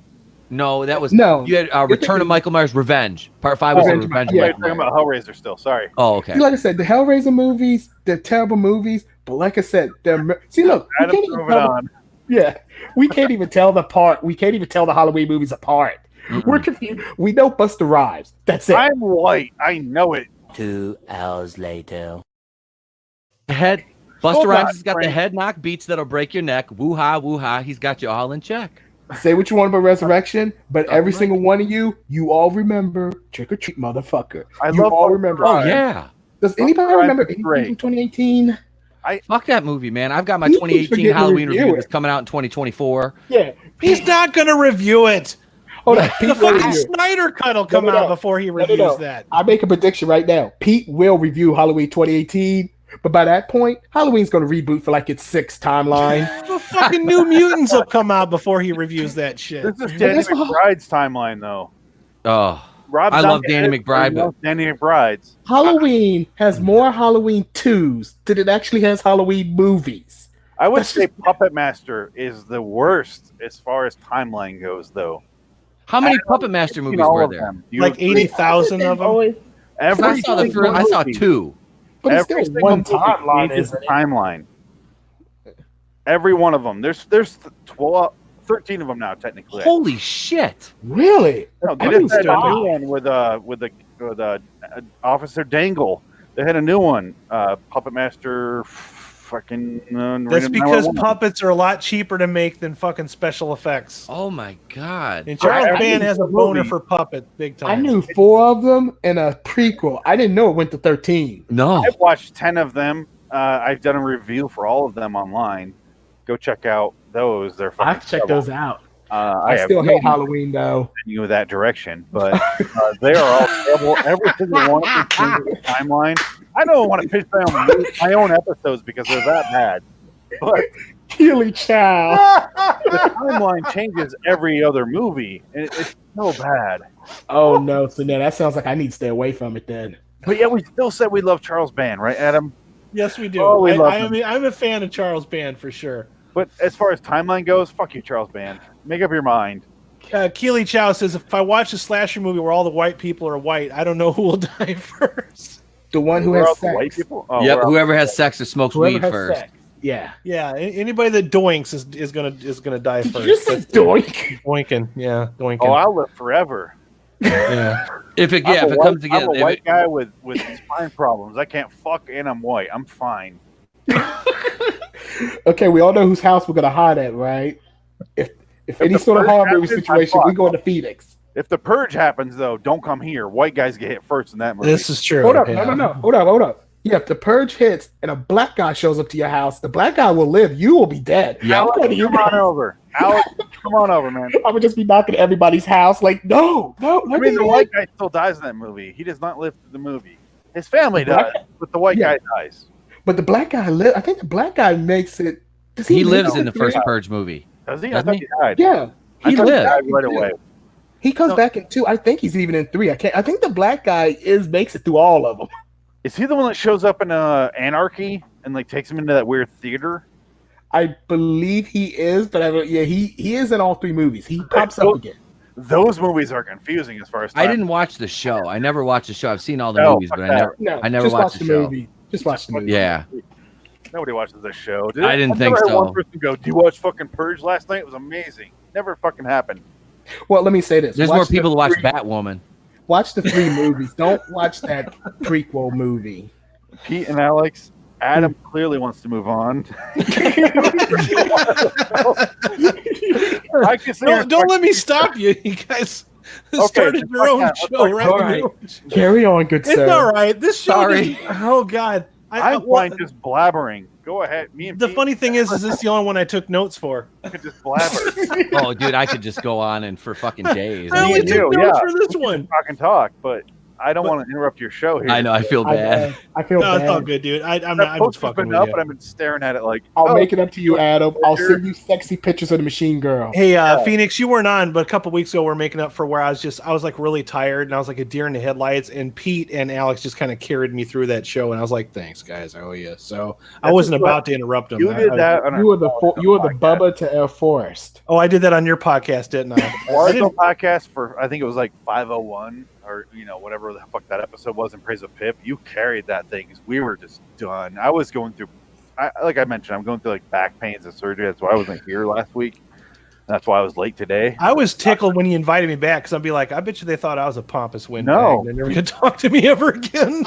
Clearly, I don't give a shit. So Frank doesn't either. Frank's even less of a professional than I am. So that's great. No, I had fun. I'm having fun. Hey guys, for you want to know what we're talking about? We do. I've been on the last couple of podcasts. Loitering in Wonderland. It's available on iTunes. He reviews. No, go ahead. You introduce it. Yeah. Oh, it's a LAW the Twilight Zone review. Go ahead and check it out on iTunes or whatever you get your podcast at. We review every episode of the podcast or every episode of the Twilight Zone, and we're the only explicit version of that. Every other podcast I can find is really clean and professional. That's not so much us. So Adam's been on every episode so far of season 5 of the show, and it's been great. He's been carrying us really. Because we are not here. Me and Frank are going through back problems. So Adam is carrying us right now.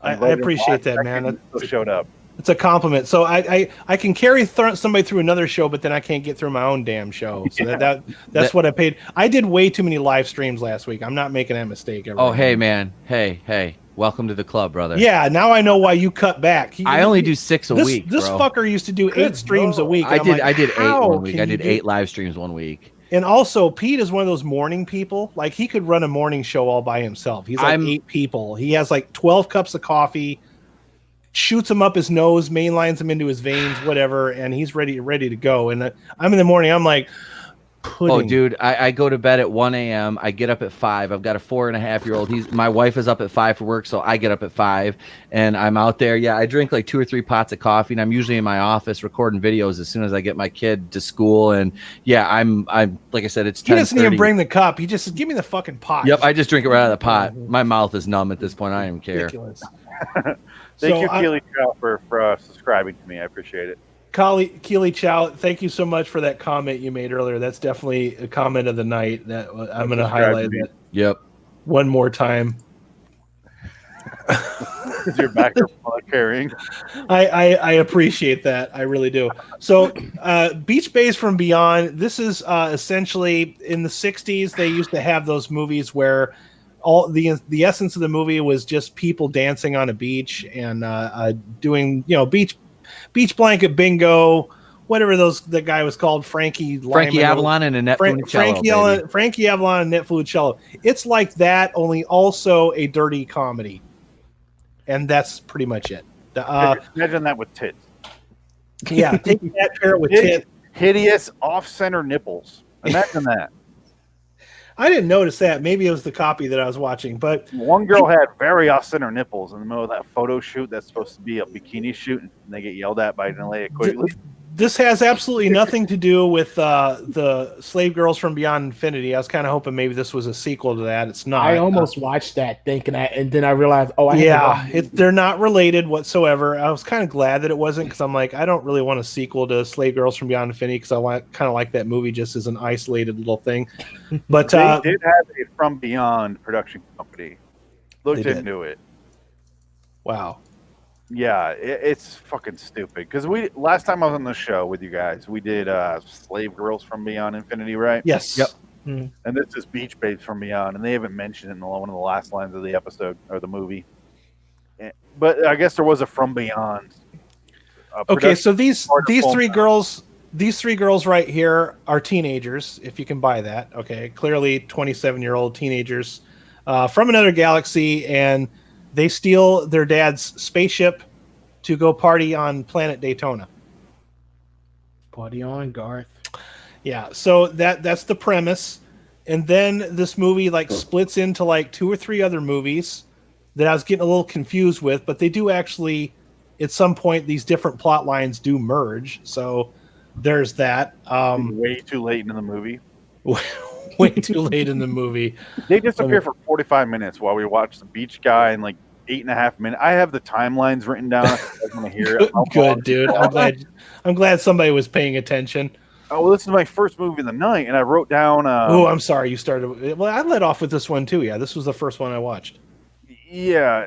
This is the one I started off with. Okay. I have a couple things about this movie, if you don't mind, Adam. No, go ahead. Take over, please. First of all, I dubbed this movie "Famous Relatives," the movie, because everyone has a famous relative in this, or every famous relative has someone in this movie. So we got Joe Estevez. This is Joey Estevez right here. We got Travolta's brother. We got fucking Stallone's mom. We have Jackie's in this. Yeah, Jackie's in the beginning. In the end, yeah. Mm-hmm. With Patrick Swayze's brother, Don Swayze. They're in the beginning there where they're married, and she mentions that she's 30 years older than him. Yeah. He mentions the line that because they're the parents of that girl in the movie, where he mentions not having to wait in line to use the fecal matter neutralizer. Yeah, they called it that. I want to stop at this way at the station 35 double D. I'm like, oh god, here we go. I was so the humor in this movie is really, really, really bad. Like it doesn't even try. This is the movie that's definitely unlike the last one, Dr. Alien. This one is pretty much just for the boobs and nothing else. And when I say that, same director. This is a movie that knows its target audience. It goes right in for the boobs. I mean, we open up with these three girls taking a shower.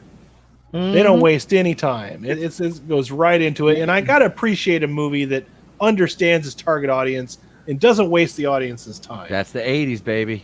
This actually was 1993. Was it? I was gonna say that was the 90s. I didn't look at the year. I didn't look at the year when this came out. 90s did that too, though. Let's not kid ourselves. Yeah, early 90s. Usually I do 80s movies, but I started watching this. I'm like, this is actually going to be good because there's like I said, there's three different plot lines. For whatever reason, they show the parents like leaving, going somewhere, even though their role in the movie is not really relevant to anything else going on. It's just so that we can get Stallone's mom and whoever that other guy was in a spaceship giving lines. Like the scene was just like kind of wedged in there for that reason. Then the girls run off in the spaceship, and let me see if I can find a picture of the spaceship because I kind of appreciated the spaceship. Here's the inside of it. Girls from Beyond. It kind of does, but I think that was a better movie than this one. Yeah, I agree. But this one has more boobs. Like way I also more boobs. laughed really hard because Don Swayze's credit in the beginning was over. I picture him like sitting down with his daughters or something like, all right, sweeties, this is a movie I was in when you were born. And it's like, shower, it's like, nipples, and his name's like Don Swayze. Like, lathering up. He's like, and that's my name and some titties. Go and cover your eyes. Sorry. Here's the spaceship. Clearly the Ford Fiesta of 1993, a version of a spaceship. Nobody sees it. That's my old Ford Tempo, yo. Yeah, they cover it up with one little net and nobody can see it. Invisible netting. Yeah, visible netting. It's like Wonder Woman's invisible jet. Yeah. They got the original net. Nobody ran into it in a business beach. But I like the fact that they built a set for a movie called Beach Babes from Beyond. Like anybody else would have just CG'd that shit or had them sitting in front of a green screen. 93. This is 93, so they can't do that. So somebody at least built a ship and put some amount of effort into it. I kind of appreciate it. This thing has a stereo inside of it. The same year as Jurassic Park. Yeah. It had two 12-inch Sherwin Vega strokers with a 500D Memphis Bell amp. See the button that's our neutralizer or our incinerator. It blows up asteroids. Yeah, it also has an incinerator and it has a corded telephone inside, which I thought was kind of cute. That's pretty dope for alien technology. They got corded phones still. Shit. And then in keeping up in tradition with bad movies, we have the suction cup joysticks right here that operate the vehicle. Yeah. Hold on, if those are 2 weeks ago, those are the control underwater submarine. Yeah, those were the submarine controls for Mega Shark versus Giant Octopus. They might have been the exact same joysticks. They could have been. I really want to see that joystick's history, like documentary. Ken Burns to get on that joystick and do a whole documentary about its history. I'd love to see it. The girls in this show are hot. I'm not going to complain. Then you have these two idiots right here. This is the Bill and Ted of this movie, right here. This is just discount Bill and Ted. Not nearly as funny. They try to be funny. They're not. But yeah, I like the fact that they call the people that live on Earth Daytonians because they don't know it's Earth. They just think it's planet Daytona. I also wrote down Joey Estevez looks like what happened when Emilio Estevez and Martin Sheen got stuck in a Seth Brundle's transporter, and his voice puts holes in my eardrums. To quote MST, he looks like Winnie the Pooh. He's got a little Buddha belly. He's clearly the actor in that family that didn't transition into anything. I don't think I've ever seen Joey Estevez in any other movie, but I've seen him in a bunch. I just remember when I'm watching him, like, you got like all the worst parts of everybody in your family, bro. Yeah. You got the he looks like Emilio Estevez and Martin Sheen, where he's just kind of like, oh, what happened, bro? Like you're this is a really bad picture, but yeah, this is the one where it shows the whole body, where it sees his belly. It's trying to feel like for bro, it's been there for like years too long. And that's his role in the movie. Is he has a trailer on the beach, and he's the uncle that Bill and Ted go to visit. That fucking guy! Don't get me started on that fucking guy. Yeah, we'll wait. We'll get to that guy a little later. There's no pictures at all on this thing. No, yeah, this is all it is the box art, which is not really representative of the movie, other than these girls are in it. Check it out. Yeah, clearly this is the movie. This is the box to get you to buy it. Yeah, I would say the main girl there in the middle, the one that doesn't show her tits till the very end. I was attracted to her. I even looked her up in the meantime. Now, see, I like the one on the right because she kind of had that Drew Barrymore '90s version going on. Barely in it though. And but she looks so good though. I was really focused on her. Like, I'm sure. If I had to pick one, I mean, they were all good, but definitely her. But yeah, there's no lack of boobs in this, and I feel like I watched it mostly because I was disappointed that Machine Girl had no boobs, and then let it go, Adam. Let it go. I'm trying, Alex. It's a process, man. I have to slowly get over it. I showed you. Goddamn Asian women. Did you see the video I showed Pete? That's after I'm kind of afraid to watch videos that you send me now. I don't know. One of them had like a contest in the back of it. So the point of this movie, if there is a plot at all, is to Joey Estevez, Brundlefly, is going to lose his trailer and his spot on the beach if he doesn't come up with money. Naturally, there's a bikini contest where they can raise exactly the right amount of money so that they can save the beach and so that Joey Estevez doesn't have to get a job. His shack where he doesn't have to move off site. Because here's the problem in this movie, Adam, if you don't mind me. Please take over. Estevez lives on the beach. He was previously engaged or like dating Linnea Quigley, and they have a pre-established relationship. They can't stop commenting on throughout the whole fucking movie. But she's still the one because of some douche lawyer who's the worst fucking actor I've ever seen in my life. She can't stop to kick Joe Estevez off the beach, even though she's still in love with him and still trying to get him back. She's still trying to kick him off the beach, and he gets kicked off. And at one point, some lawyer shows up with a white piece of paper and fucking staples it to his door like it's fucking Luther's. But they kick him off the beach, and he's just like, "All right, I'm off the beach. Oh, I have $30,000 here, Linnea Quigley. Here you go." And she's like, "Oh yeah, I love you," blah blah blah. And I was like, "What the fuck?" It didn't make any sense. It was just like plot conveniences. It was like beat points for beat points' sakes. It didn't make any sense. It's almost like an early draft of a Rian Johnson script. There is no draft. There is no other draft than an early draft if Rian Johnson's writing. I'm kidding. This one at least has a payoff. Rian Johnson movie, not well, we didn't get to see fucking Estevez, huddled over, sweating and having a massive coronary over. I was going to be angry at this movie if there was a love scene. I didn't want to see any flesh of Joey Estevez more than what the camera showed. If they're like bareback, like no. You want to see a Tommy Wiseau like scene from The Room? Banging one out. No, I'd rather seen in Apocalypse Now where his famous brother, is like throwing. No, God! No, God, please, no! No! No! No! Imagine if that head and wine bottle were Linnea Quigley. I'd love to see that. This is the only movie that Linnea Quigley was not very hot in. Wait, that was Linnea Quigley? That was Linnea Quigley. Sally. I did not even realize. Yeah, she was the bad girl. Yeah, she was the bad girl in this movie. Did not realize that. You know, I'm kind of sorry that I told you that now, Alex. It might bring it down a notch for you because I'll watch Return of the Living Dead. I'll be okay. It's only a 4-year difference between Dr. Alien and this, and they're like, oh, nobody wants to see that shit. People are forgetting the biggest star in this entire movie, Burt fucking Ward. Holy smokes, Batman! Who turns down women left and right? Literally. Yeah. God damn it, Burt. Well, I forgot that was Burt Ward. Holy shit. Yeah, man. How y'all gonna forget Burt Ward was in Rob? He's the biggest star in this movie. I must have been too distracted by the boobs. Do you know why? Is because they underwrote that like crazy. It's like, he shows up, he's the judge, but there's no. You don't ever see him judge the bikini contest in the end. Nope. So he just leaves. He really is in it just because he is Burt Ward. There's no reason for him to be there. He's a judge and doesn't judge and leaves. That's it.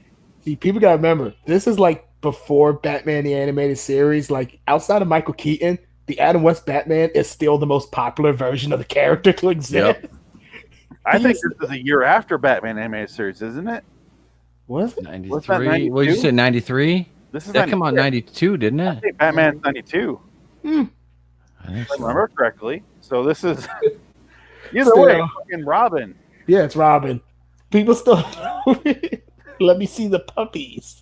Yeah, and he turns it down. Like, nah, get that shit away from me. God bless you, Keely Chow. If my kid wasn't sleeping in the next room, I'd do a Jerry Lawler impression right now and yell, "Let me see the puppies," but I can't do it because I'll wake my fucking kid up and the wife will kick me in the dick. The wife would kill you for that. Oh fuck yeah, she would. This movie kind of started making me laugh because it went so out of its, and this is kind of something early '90s used to do. It goes so out of its way to inject more love scenes that there's literally a part where we introduce the lawyer and he's looking at a girl and he has a flashback fantasy of the girl that he's talking to, and then he just kind of zoom out and he's like, she blows him. He's just like, I'm like, God bless you, movie.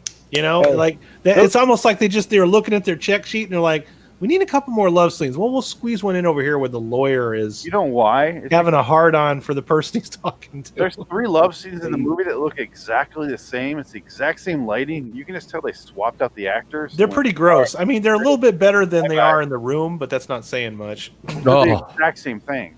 They look exactly the same with the exact same lighting, everything. You could tell they just went next, like a boobs next. It's an assembly line. Assembly line in a factory. Basically.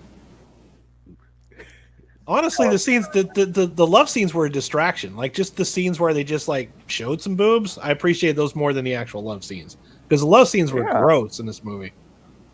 They were so out of nowhere. They were pretty awkward. Yeah. They got acclimated to the beach community way too quickly. They arrived from planet who fuck knows, and then just like, hey, we love Joe Estevez. I'm like, what the fuck happened? What did I miss?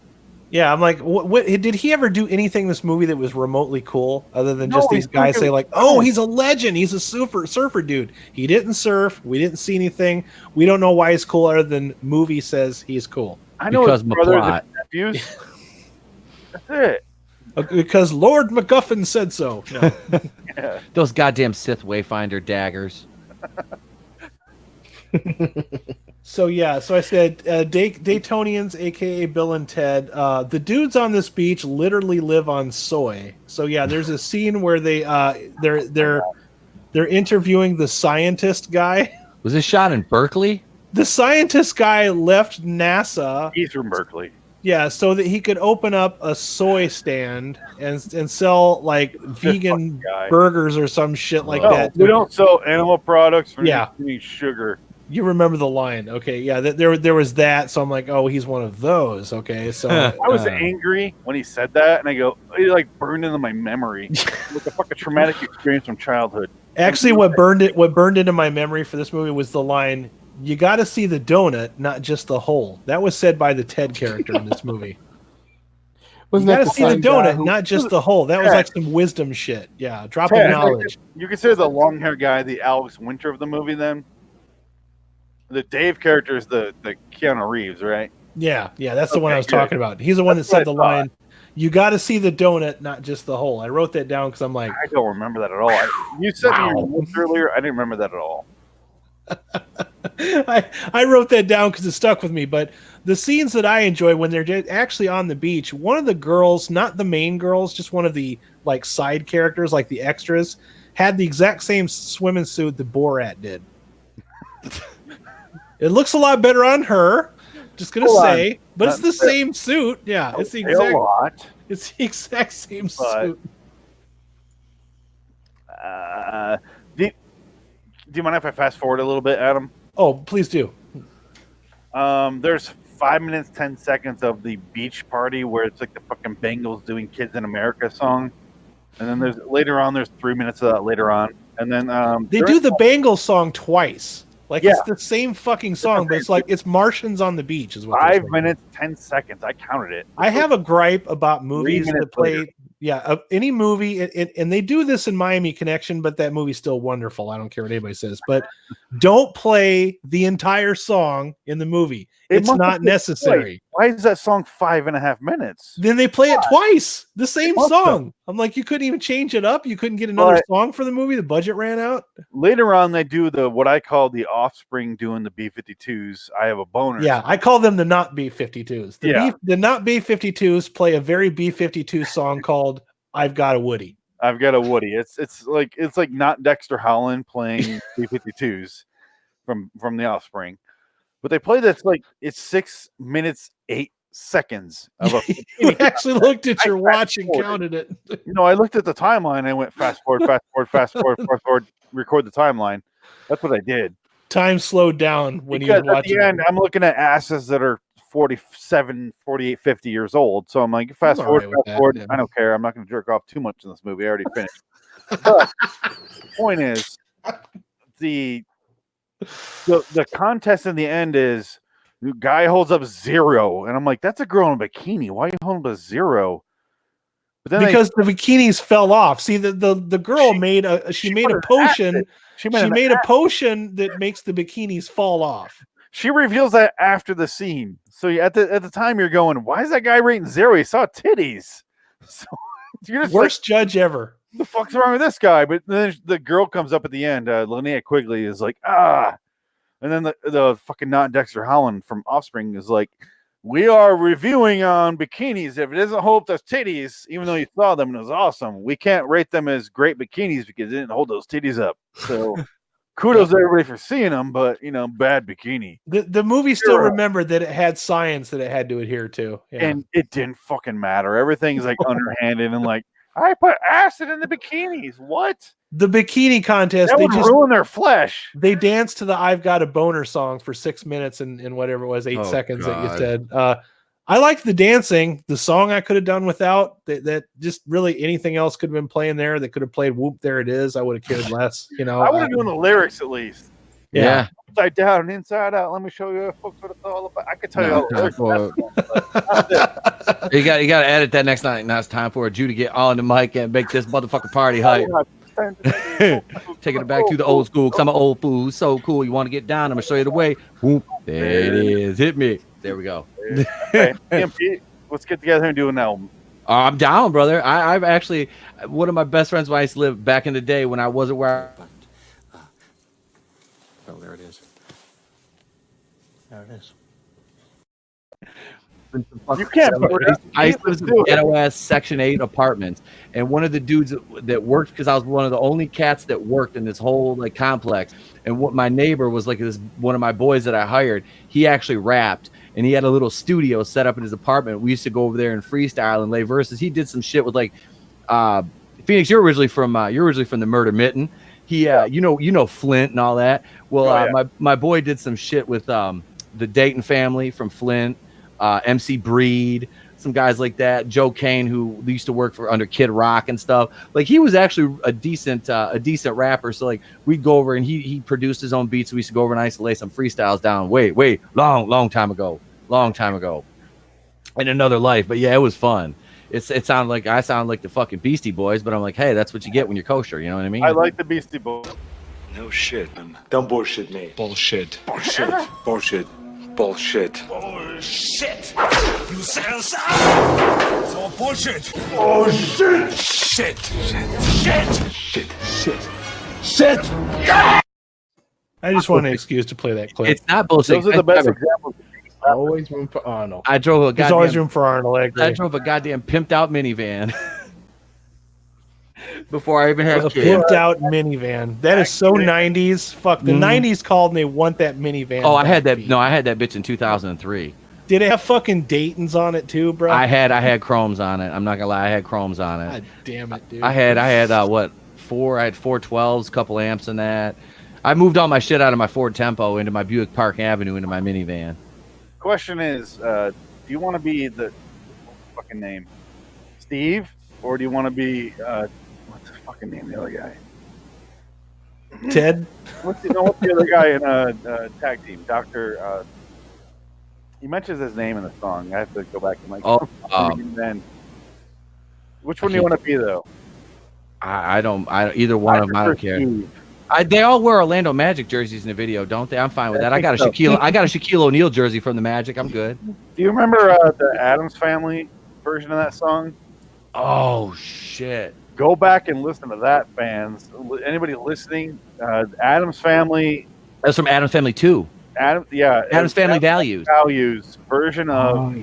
Yep. There it is. It's fucking terrible. Oh god, yeah. And it's the most 90s thing you'll ever hear in your life. They basically whited it down. It's terrible. Oh, it was bad. I remember that shit. The original song's bad. Yeah. Then it goes way worse. Yep. Oh, how about Family Whoop? Does anybody remember what was that? Was that rapper? Was it 12 Gauge? Anybody remember 12 Gauge? How you going, Snow Inferno? No, that's 12 Gauge. About the same. Is about the same. About the same era. Hang on, I'll send y'all some videos, man. That shit is old. I will watch whatever you videos. No, not the chrome hubcaps in the Walmart section. I actually had rims on this goddamn van. I paid $5. The rims were worth more than the van. I had to get the children's scratches out of the back of that van, but I got it good. I bought it. Did you get the rims like they did on Menace to Society when he jacks the guy in the drive-thru and gets the fucking rims off? At the advice of my put counsel, on his Mustang. You trying to kick some knowledge? I can neither confirm nor deny that. I can neither confirm nor deny. As this lawyer, I recommend on it.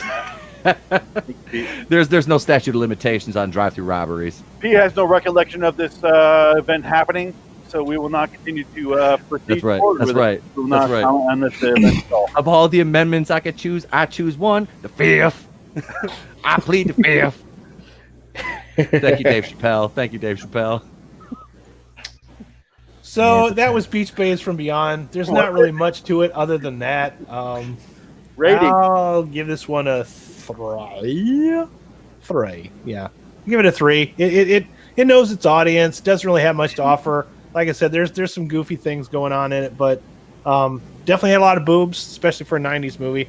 Usually by then they kind of started toning down nudity in movies. This one's not afraid to do it. So pretty sure it was probably in the adult section at the family video, maybe. I don't know. Maybe not.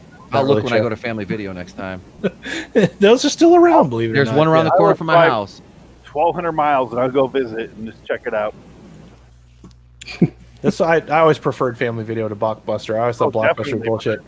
Family Video has a porn section. They win. Yeah. Blockbuster, why they're called Blockbuster, so it's almost ironic that they block out your porn. But am I rating now? Sure. Rating cam. Who do you expect from the company that decided that Netflix wasn't worth buying because they quote unquote wasn't going to go anywhere? Blockbuster also tried to have their own online streaming. If you remember at the time, they had their own online where you could buy or rent their DVDs. They also had their rent Blockbuster Live or something like that. Yeah, they were trying to catch up to Netflix. They couldn't do it. I love train cap. I bought a lot of posters there at Blockbuster when they're closing for super cheap. I got a Ghostbusters poster, which I want to fucking jerk off to. But for Beach Bays from Beyond, which I did not jerk off to, ironically, I'll give it a 2 out of 5, and that that's a generous 2. Yeah, it's kind of bullshit. I didn't hate it, but it's probably the least best of what we watched this week. But it wasn't boring. I'll say that. It's a fucking terrible movie, but it's not boring. Do you mind, Adam? What? That was my turn. I was fucking with you. I want to say, Alex and Pete, your picks of Dr. Alien and Avenging Force, I fucking loved. I really did. At the end, I was like, oh, I love this movie. Adam, I have some bones to you again. I don't like boobs as much as everyone else, apparently. I want to watch a funny movie that's badly made. I don't care about boobs because the boobs in this movie are like super like silicone and like giant and off-center nipples where you can tell the surgeon was like Tara reading it through the surgery. I don't care. I just want to watch a funny movie, and this movie had nothing going. The plot kicked in about 57 minutes into the movie. Ooh. And Dr. Alien, I really enjoyed. Avenging Force, I really, really enjoyed. Dr. Alien surprised me. I was actually expecting more of a movie about like Dr. Alien when I saw Beach Babes, but it wasn't. Dr. Alien was definitely better of the two of them. Same director, David Dakota, who makes homoerotic movies later. I like Dr. Alien a lot, and they both have sound effects that are like slide whistle means dick in this movie. Yeah. In the beginning, everything needed a space follow-up to make it futuristic. But it didn't work. Dr. Alien did. This movie I didn't like that much. Who wants to go next? Which one of you guys? I'll go on this one. Oh, go ahead, Pete. I was just. I'm before on beauty. This is true because black don't crack. Yeah, right. I already got them crow's feet going, so fuck it. I don't care. Gray hair and all, whatever. I've been married for 10 years. I ain't got to worry about getting laid anymore. I'm on the same page with Phoenix on this one. I'm going government cheese, baby. This is a 2 out of 5. It was boobs for the sake of boobs and Estefez thrown in there, and yeah, it was a movie. I didn't random cameos just to say we have stars in our movie. Yep, yeah. I didn't hate it, but it's not something I'll probably ever watch again unless I get. I'll probably never watch it again. No. But no, it like I said, it almost kept me off my phone for about a quarter of the movie. But like I said, it was a movie, not terrible, not the worst thing I've ever seen. I sat through Lincoln and Captain Marvel, so I mean, holy shit! You sat through Charlie's Angels. I did. I paid. You went to go see Charlie's Angels. I paid to see Charlie's Angels. Chase Phoenix off just even you mentioning that. I paid to see Charlie's Angels. I turned on and watched Kobe's thing. That's all I'm doing. You was about to run off when you brought up Charlie's Angels. I'm ready to cry. So you guys go ahead. How about you, Gina Carano? What'd you think of Beach Babes from Beyond? This is your treat, Pete. Enjoy the view. If it was showing her feet, I'd be a little more happy, but I couldn't. You can see part of a foot. Yeah. I see your heel. Problem is, if you saw the feet, you'd lose the boobs. So I had to pick one. Okay, I'll take the boobs over the feet. Yeah, see, some people around here still like boobs. Well, I like boobs. I don't like a movie about boobs unless I'm ready to jerk off and it has the X a couple times on it. Yeah, but then it's only got to be a minute and a half long and you're done anyway. Well, so. I mean, when it comes to that, I just don't want to be bored, and boobs don't bore me. You can only jerk off so many times on a city bus, though. Calm the fuck down. What do you call off the whole hour-and-a-half movie? What? Go ahead, Alex. Oh man, contortionists represent. You know what? I feel really bad that everyone's like really crapping on Adam's movie because they gave it 2 out of 5. It's bad. I really do, man. I feel bad. I feel even worse that I have to agree with them. It's 2 out of 5. Hold on, Alex. Adam? What did you give it? 3 out of 5? I gave it 3. Yeah. You're wrong. It's clearly 2 out of 5. We all agree. Yeah. 2 out of 5. Don't get me wrong. I like the boobs. And back when I created this whole Tubi segment, this is the type of movie I would have reviewed for it. Correct. This is the kind of movie you would have picked. And I'm glad I saw it. I would probably never watch it again because I swear to God, look, the plot's terrible, but I sat through bad plots before. I mean, for God's sake. Yeah. I mean, we're voluntarily watching bad movies. We know they're not going to be good. Yeah. Otherwise, we would have heard of them before. I don't even appreciate the boobs in it, though. They're gross boobs. I have to disagree with you on that one. In the photo shoot, the main characters are fine, but the photo shoot boobs are gross. They're like, oh, okay, gotcha. Yeah, those were a little awkward. I forgot. Them are like Flint, Michigan strippers. The photo shoot scenes. Yeah, there those ain't were enough like C-sections and bullet wounds. Though. They went down to Big Al's that afternoon and said, "Hey, you want to be in a movie? Follow me." Yeah. Pregnant when she bends over. Phoenix knows what I'm talking about. He's like, I lived in Michigan. I know. Adam, tomorrow when we do our Andy Sedaris movies. Oh yeah, we didn't announce it. Let's go ahead and announce that now. Boobs that are ready to give they're pregnant boobs. They're like fucking rock hard giant stone boobs, and it's like, what the fuck am I supposed to do with those things? You can't fuck those. You can't do anything to them. For all you guys watching now, we have a special surprise for tomorrow. We're doing a double feature, and this is something that Phoenix wanted to do a while back. He wanted to do Class of 1999, and I said, "Do you want to do a double feature?" And he said, "Yeah." So he picked Day of the Warrior. So we're going to be doing a watch party for those tomorrow night. You guys look at those boobs. Yeah, you got my attention. What is on my eyebrow right there, by the way? I saw that earlier, and I was like, what the fuck? Do I have like a mole? It looks like it. I thought something was on my computer screen. I'm like, I didn't notice that until you brought attention to it. I'll have to fix that. I did too. I did the same thing. I'm like, what the fuck is on my screen? I'll have to fix that later. Yeah. And it was like, there's nothing on my phone. I don't have that. I'll fix it. Yeah. I'll draw that shit on if you want me to. No, I think what it is I removed the heads and then put our heads over top, and I think I forgot a piece of it. That's what happened there. Oh, it's probably for my emoji I sent you then. Yeah, it's part of the Bitmoji. Yeah. You should have put the hat back on the emoji though. I would appreciate. I'm not that talented, Phoenix. If you want to do that, I'll send you this. I'll send you the PDF, and you can fuck with it. I sent you the PDF. What am I? Well, I mean the PDF for the whole thing, though. I have it. What time are y'all starting tomorrow night? We're starting at 8:30, sir. I might, depending on what happens tomorrow night, I might be able to jump on for the second movie. I don't know. We'd love to have you. Yeah. I feel bad because I think Pete, you were the reason I wanted to do Class of 1999. I fucking love that movie, but I can't. I'm on my boy Tony's stream tomorrow for an hour, and I've got one of my best friends and his wife are having a co-ed baby shower I got to go to tomorrow, which I was like, why the fuck are y'all having a kid? Your wife is 40 years old. What the fuck is wrong with you? But anyway, old sperm babies are weird. I'm sorry. Old sperm babies are weird.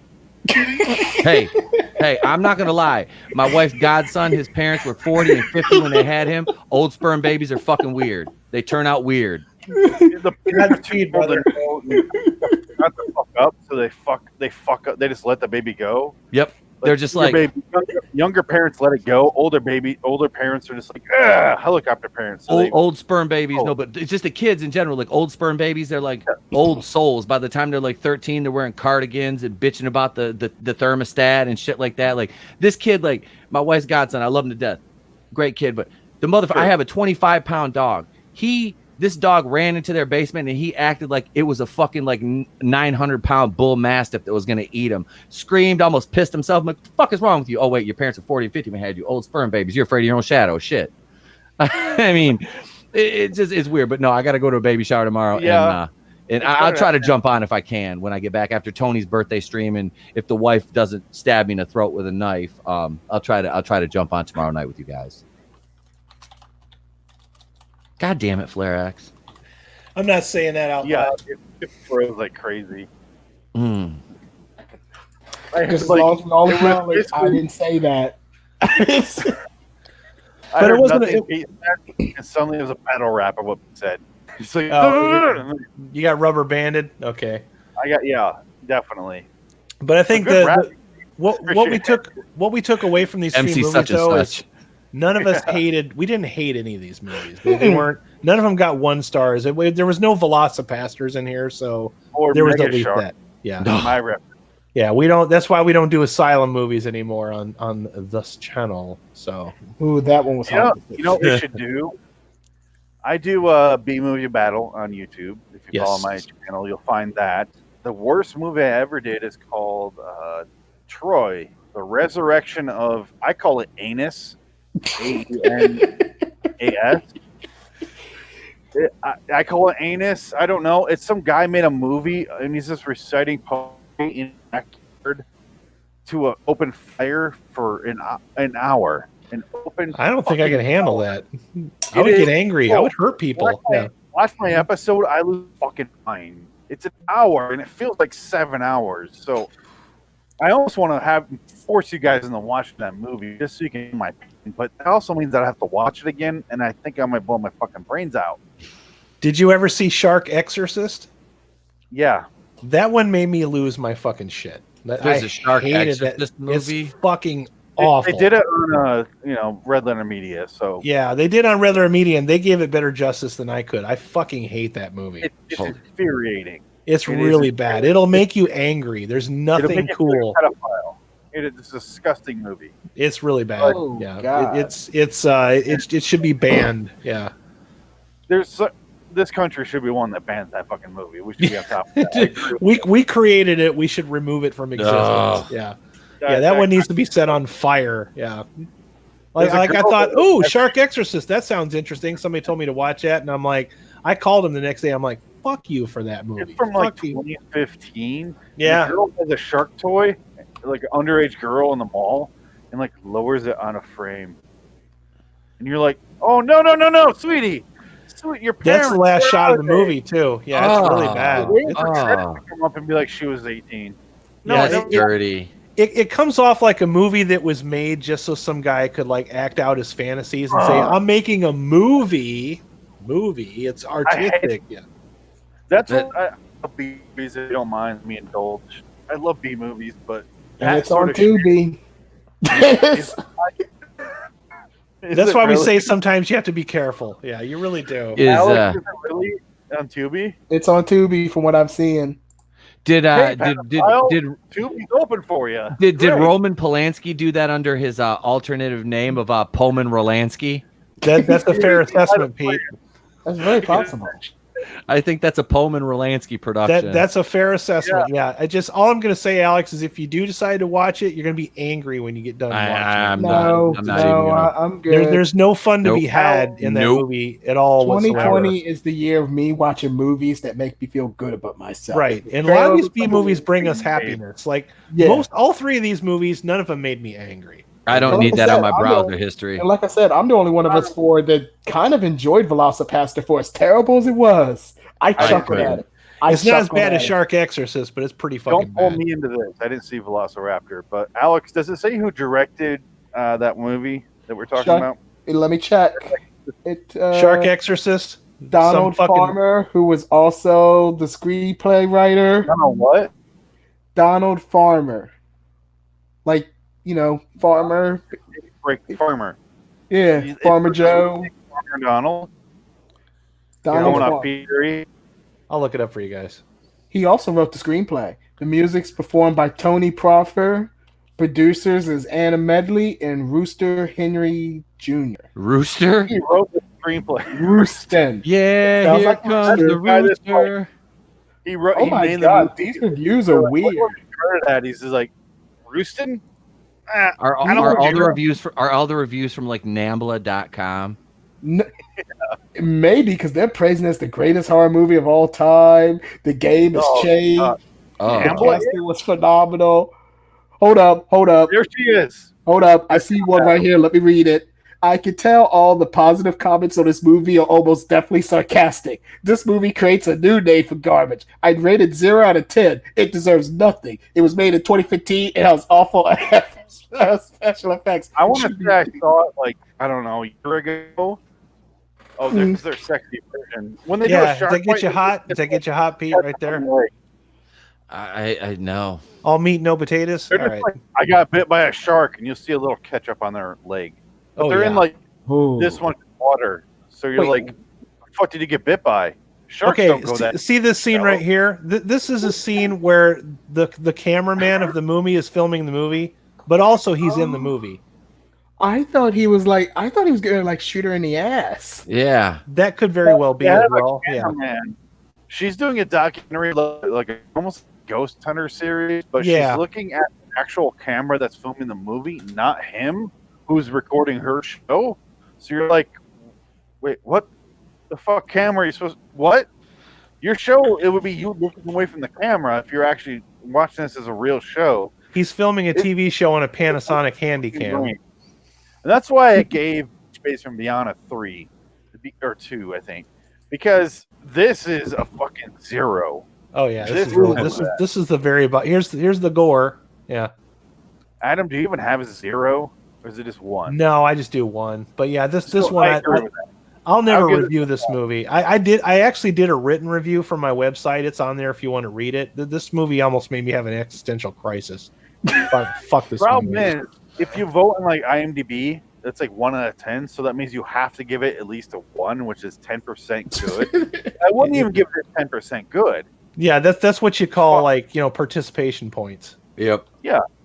It's like, oh, you were a movie I have to rate.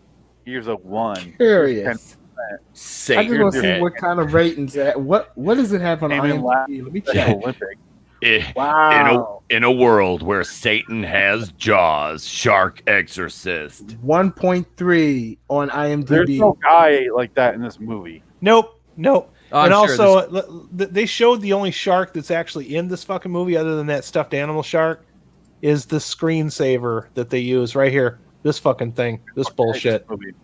Yeah, this is a fucking Windows 95 screensaver, and that's your special effect in the movie.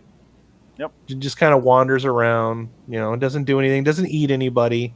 I would just say Adam and I are good fans of Red Letter Media. Go check out their review of it. Their review gave it way more justice than I could. Yeah. They even say don't watch the movie, and I agree. It's fucking bullshit. Yeah, it's a bullshit fucking movie. You feel like a weird pedophile toward the end. Yeah, the tomato meter. I saw it before they reviewed it, thankfully, because usually I use Red Letter Media as a guide for if they're excited about it, then I want to see it, But if they're telling you it's fucking trash, then it's like, well, these guys like trash like I do, so I'll take their advice. Yeah, certain movies I've seen already that they do, but certain ones I have seen after. This one I'm glad I saw before because I wouldn't have seen it after because I was like, oh, gross.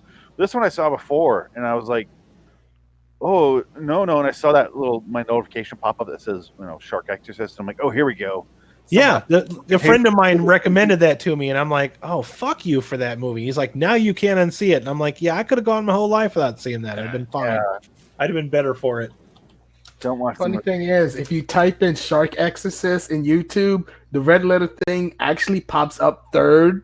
Under just simply Shark Exorcist and Shark Exorcist. Because Red Letter is about the closest thing that movie will ever get to stardom. All right. The fact that they mentioned it, they're lucky that it got fucking mentioned. It's like within their last 5 or 6 episodes. Yeah, it was like maybe 2 or 3 episodes ago. Yeah. Speaking of big ass YouTube channels, because Red Letter Media's got a big YouTube channel, right? Like, I love them. Yeah, they're the best. They're my favorite. I got next to World Class Bullshitters, of course. I got Grace Randolph to like one of my tweets today. And then she immediately disliked it, or unliked it. It was about the birds of prey. There was your 15 seconds of fame. Yep. I got, but I looked at all three. Why are famous YouTubers liking you and then unliking you immediately? Apparently, I'm too real for these motherfuckers, man. I'm not. Hey, look, I'm not faking. This is who the fuck I am 24 hours a day. Ask my wife. She fucking hates me. I'll give. That's why she doesn't care that I stream. StreamYard sent me a notification going, "Hey, motherfucker, you stream. You're in like the 10% ratio of how much people stream per month. You need to get a fucking life." All right. StreamYard did that. Like you have. Pretty sure they just told you to buy a subscription. Pete. They did. Yeah. They did. They're like, "Look, motherfucker, you have no life. You're pushing your freebie too much." Oh, I am.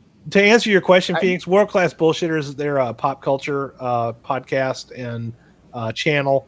And Jeff Hicks actually makes some really good videos about Star Wars and Marvel and James Bond and stuff like that. He makes some fantastic videos. Ever YouTube, so definitely check out that channel. World Class Bullshitters. They're amazing. Yeah, they're really good. Real quick, man. Grace Randolph.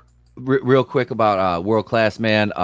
Condolences to Jeff. He lost. They're good friends of ours too. Yeah. Yeah. He suffered a loss this week. He announced it on his show. He lost his grandmother. So condolences to that man. He's a good dude, man. And hats off to you, man, and condolences to your family for your loss, brother. We heart goes out. to you We're guys. Not like officially affiliated or anything, Phoenix, but they've always been extremely nice to us. Yep. So we always return the favor. Absolutely. So, Yep. So good guys. So yeah, those were our movies for tonight. I think this is probably a good place to reel it home. I want to thank Frank from Way Off Topic Radio for coming back. Manliness and Motivation, Leo Red, Flair X, Keely Chow, Lincoln X7, who's here anyway, but hey, you're in the chat, so I'm going to acknowledge you. Loitering in Wonderland Studios. Keely Chow for the funniest comment of the night. Yeah. That's going to be. I've been on YouTube for like 4 or 5 years, and Keely Chow is only my 90th subscriber. I just don't get YouTube. I don't get YouTube either. I think because your channel's fucking incredible, and I've been trying so hard to drive traffic towards your channel. I'm like, this guy is funny. To your channel right now. I subbed to your channel. I think the first night we worked together. You did. Yeah. Loitering in Wonderland. I'm going to put the link up right now. It's on the chat. If you're there, Alex, in the chat. Oh, Loitering in Wonderland Studios. That's me. Nobody fucking subscribes, and I get lots of views on some of them, and some I don't get any. But I just don't get YouTube. I don't pretend like I do, but subscribe. I appreciate it. I'm still trying to figure out how I got 7 subscribers when I've never put up a single video. And people like it. They like you, Alex, because you're a funny guy. Yeah, but I never put up a single video. The best way I can describe it. The best way I can describe it to Phoenix is with YouTube. It's like you have to constantly do this shit, or you like quickly lose subs like it's nobody's business. Because we got. Dude, we got funny people on our shows, but they're not if they're not putting out content every day like Pete and I, you lose, and sometimes you still lose subs. I lost 6 subs the other fucking day. Sometimes you get artificially lose subs, like they unsubscribe you just for the fuck of it. It's a really hard animal to try to understand. For a year, I set auto where every single week I put out an episode of Things That Burn Hell, and nothing happened. I stopped doing videos altogether. And then suddenly it was like I got subscribers left and right. I'm like, what the fuck math is happening here? I don't get it. Sometimes, though, it could just be the algorithm, too, because it does happen. I think one time I got unsubscribed from World Class Bullshitters when I never did that. Sometimes that does happen. Sometimes just let your friends, let your subscribers know, check and see if they're still in it. Yep. I think I got unsubscribed to Adam once, and I quickly had to get back to that. Yeah, that was weird. That happened. That was kind of bizarre. And then let me... It kept me on with Pete because it knows better. It knows if it messes with my subscription with Pete, I'll kill him. I found Phoenix because I was doing a review for Megaforce, and I typed it up, and he was one of the channels that came up, and I was really getting into your fucking review, and then I looked on your channel. I'm like, holy shit, he does stand-up comedy. I'm like, how many channels have a guy that does actual stand-up comedy on his fucking channel? Like all of us like think we're stand-up comedians, but we're not. I'm not. No, we try. We try to be funny. This guy's an actual fucking comedian. I've seen him at clubs on I've done it, but not in years. Doing stand-up comedy, and he fucking kills it. He's good. No.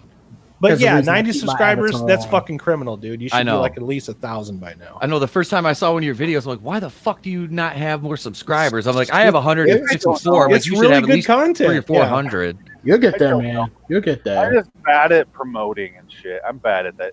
Yeah, that's the other thing. It's hard to do that. But it's hard to get it out there to where people know who you are and where you're at, and that's something we kind of struggle with too. And a lot of people are just like instantly turned off by, hey, check out my channel, and most people are like, hey, fuck you, So I got someone to subscribe to Pete once, but that's a story for when we go off air. Pete knows what I'm talking about. Pete knows what I'm talking about. That's a story for off air. And for any of you out there, I do have a very buttery, seductive voice. If you need a digital wingman to kind of get them panties wet for you, just let me know. I'll holler at you. I can record some personalized messages and shit. To answer your question, Frank says, do you watch Phoenix video when he destroys his kitchen floor? Haven't seen that one, but I have seen the one where he's shows up completely naked, and then also. One where he was throwing cards into a bucket. That one was pretty funny. Fucking crazy shit, man. I saw one with my kitchen floor. I really did. Didn't you have like the ghost of a talking donut at one point too? Like some kind of talking. We reviewed killer donuts from outer space or some shit like that. And then it became like a recurring character on your show. That donut show up every once in a while. I mean, this is actual comedy. Like I can't. I wish I could do shit like this. I do. So I was tickled to have you on my show, and I'm glad you came back with us. So my goal, recurring theme going on in different movie reviews. So I try to keep it going on. So I have 2 different shows on there. Is like one is B Movie Battle. That's one thread line. The other is Nick Cage Cast. review Nick Cage movies. He has a Nicolas Cage cast. Need I say anything else? So if you like Nicolas Cage or hate him, either way, I'm good because I'm in the middle. You could sway me either way. He's great and he's terrible at the same time. So he's the Ghost Rider. Yep. He's great. Let me just say this. I don't know what this man does, but it's great and terrible at the same time. If that makes any sense. He makes the decisions. I call it NyQuil and cocaine. That's one of my other shows on my YouTube page, where I review. I'm reviewing Face Off one chapter at a time. Nice. And I'm writing like the audio book of Face Off, and I call it NyQuil and cocaine because he goes from like super docile NyQuil to crazy screaming out of his mind cocaine. So that's why I call it that. If you like Nick Cage, check out NyQuil and cocaine, and also B-Movie Battle with the Nick Cage cast episodes because the man's fascinating. I still understand it. I want to. Fuck you! Fuck you! Fuck you! Fuck you! Don't say. Exactly, but show one of his calm moments if you don't mind, because he's a fascinating man. My other favorite one is when him and Nick Cassavetes are laughing at each other when in Face Off. That's one of that man needs no drugs. I love that fucking scene so much, dude. Adam, you've seen this show? That's my Nick Cage cast episode list. Holy shit! My Ghostbusters. That's every one of his movies that goes past this. My soundproof tiles. Wow. My Ghostbusters toys. Behind this is every Nick Cage movie, and if I've reviewed it or not in this list. Here we go. Okay. Alec, wow. Pete, Nick Cage thoughts. I'm curious on yours. Oh, dude, Raising Arizona is one of my favorite movies. Thank you. I saw that movie as a little kid because that came out like I think it was 87. Manliness and Motivation. Thank you so much. Thank you, Manliness and Motivation. Appreciate that. Yeah, I didn't mean to turn this into a telethon, but you won't be disappointed with his content. It's really fucking good stuff. So, my favorite series on there is the book that you wrote, which is 100 Things That Can Burn in Hell, and that's the kind of shit that Pete and I like. We love situational comedy, like just observational. I'm shit, a Seinfeld fan, so that's my shit right there. Seinfeld, Curb Your Enthusiasm. We live for that shit. Yep. So. Completely improvised. No idea what I'm going for there. Your book kind of reminds me of shit I used to write in high school. I used to have a column, and I used to do that kind of observational shit. Like I made fun of gym class and fucking. 25 years ago. Well, I just meant like that. That's the kind of making fun of food in the lunchroom, and that was the kind of stuff that I did. That that's where I got my start writing things. So I never stopped. Yeah. That's honestly right after when I started writing this was right after high school. So I appreciate it. But Pete, you said you were Nick, Raising Arizona. I watched that when I was like 5 or 6. Yeah. I was like, who is this guy? It's like, little HI. They steal a fucking baby. There's a like a morning, I don't know what you want to call it, like a place where you drop off your babies. Like to watch them in the morning. Oh, daycare? Nursery, whatever the fuck you call it. Daycare. Thank you. Yeah. I don't have a child. Can you tell? There's one kid right parking. Down the road it's called Raising Arizona Daycare, and I'm like, that movie's about a man stealing a baby. Do you really want to call it that? I live in Phoenix, so they didn't think that one through, did they? No. But they steal the baby quickly in the beginning of the movie. Him and Holly Hunter. So I'm not going to call it that.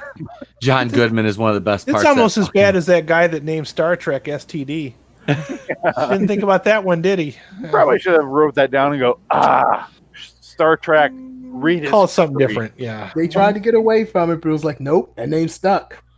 Like, oh no, it's DIS, it's DIS. Nope, STD. It is what it is. It's an STD. You call it STD. Our Star Trek Rediscovery would have been enough of a change, whereas this STR. That's fine. Star Trek: The Adventures of Pecker Spock. Fling that guy into the sun. Save Star Trek. Between him and fire Alex Kurtzman now. I tell you what, I don't know. I don't know who's more wooden, Sonequa Martin Green or Brie Larson. Brie Larson. Yeah, I've seen what's her name, Mikey Spot. I've seen her in some stuff where she's okay. Like I don't think she's a terrible actress. She was shit in The Walking Dead. Thank you. Everyone's shit in The Walking Dead. She was bad in The Walking Dead. Like, I was not sorry to see her go, and when I found out that she was going to be attached to Star Trek, I was like, oh. Yeah, because she left the show basically to be on Star Trek, and I'm like, oh, sweet, thank God we're getting rid of this character. She's going to Star Trek. I'm like, fuck you, Star Trek fans, enjoy. If I'd ever seen her in anything good, I'd change my attitude. But since I haven't, I also do a Walking Dead review, and fuck that character. You and Pete got to fight for it. The stream just became 4 hours long. Like Star Trek battle music. Dude. I 2 hours later. I'm kidding. Don't you dare 2 hours later on. Not a problem. No, I love Walking Dead. I hate Fear the Walking Dead. Like I've given that show every opportunity, and for the cast they have, I'm like, I want to take the writers and just kick them all in the dick. I'm like, what the fuck is wrong with you? Like you have like Lenny James, you've got Garrett Dillahunt, who is fucking awesome. I mean, you've got a good cast. You've got a solid fucking cast. Frank Lane. He left the show for no reason. Like he was done. I was like, dude, your dumbass is never going to get a role that's going to give you A, that celebrity, B, that money. You're never going to get it again. I want to know what the fuck happened because he died randomly off screen almost in episode like 4 of this season. He told them he wanted to leave the show. He wanted to pursue other avenues. Have you seen his name pop up on any other credits? I saw him in 3 porno cents. Yeah. Yeah, that's about it. He shot those in one day, and he's broke already because he's blew it on coke and fucking STD. I'm pretty sure a Walking Dead porno series would be way more interesting than I would watch it if what's her name was in it that played Andrea. Yeah, she was better in the X-Files though. She was better in the Majestic, man. They fucked her character up because in the comics, Andrea just died. Like, spoiler alert if you haven't read the comics, before the end of the comics, she died. Like, it was kind of weird because she dies way later. She's married essentially married to Rick. Yeah. She ends up with Rick. Yeah. No, it's fucking Michonne.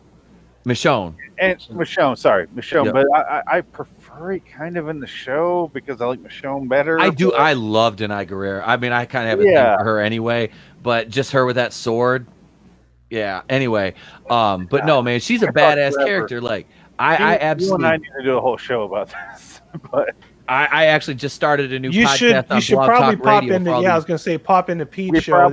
He covers Walking Dead. I do the comic and the TV show, both the TV shows, Fear the Walking Dead and Walking Dead. So we should. He's getting sick and tired of us never knowing anything but what happened. I stopped literally, dude. I had to stop covering Walking Dead on my channel because it was losing me subscribers and nobody watched my. I will talk about shit that I like and nobody watches it, but if I bitch about something, that's the thing. Everybody if wants you're to watch excited it. about something, nobody gives a shit. Like I like the show. Batwoman show. I love the show Deputy. I'll watch your Deputy stuff. I loved it. Everybody's like, it's woke, and I'm like, and me, and you know me, I'm like, I'm so stop throwing woke around. Everyone just throws the term woke for everything. I know, man. I'm like, there's a black person. It's woke. Well, they were. Well, it did. Like within the first 40 seconds of the show, they had a big immigration thing. So it was like, okay, but even me got by it and was like, because I like Steven Dorff. I fucking like Steven Dorff in anything he's in. I really do. Gate. He's amazing. Oh, thank you. That movie. We're all Gate fans here. Yeah, we're all Gate fans. Awesome. I love that movie. Holy shit. Stuck my nose till my head caves in. He's the blood god. Let him have the blood status. Steven Dorff is great. Oh, Flair X and I go back and forth about this. He says it's woke.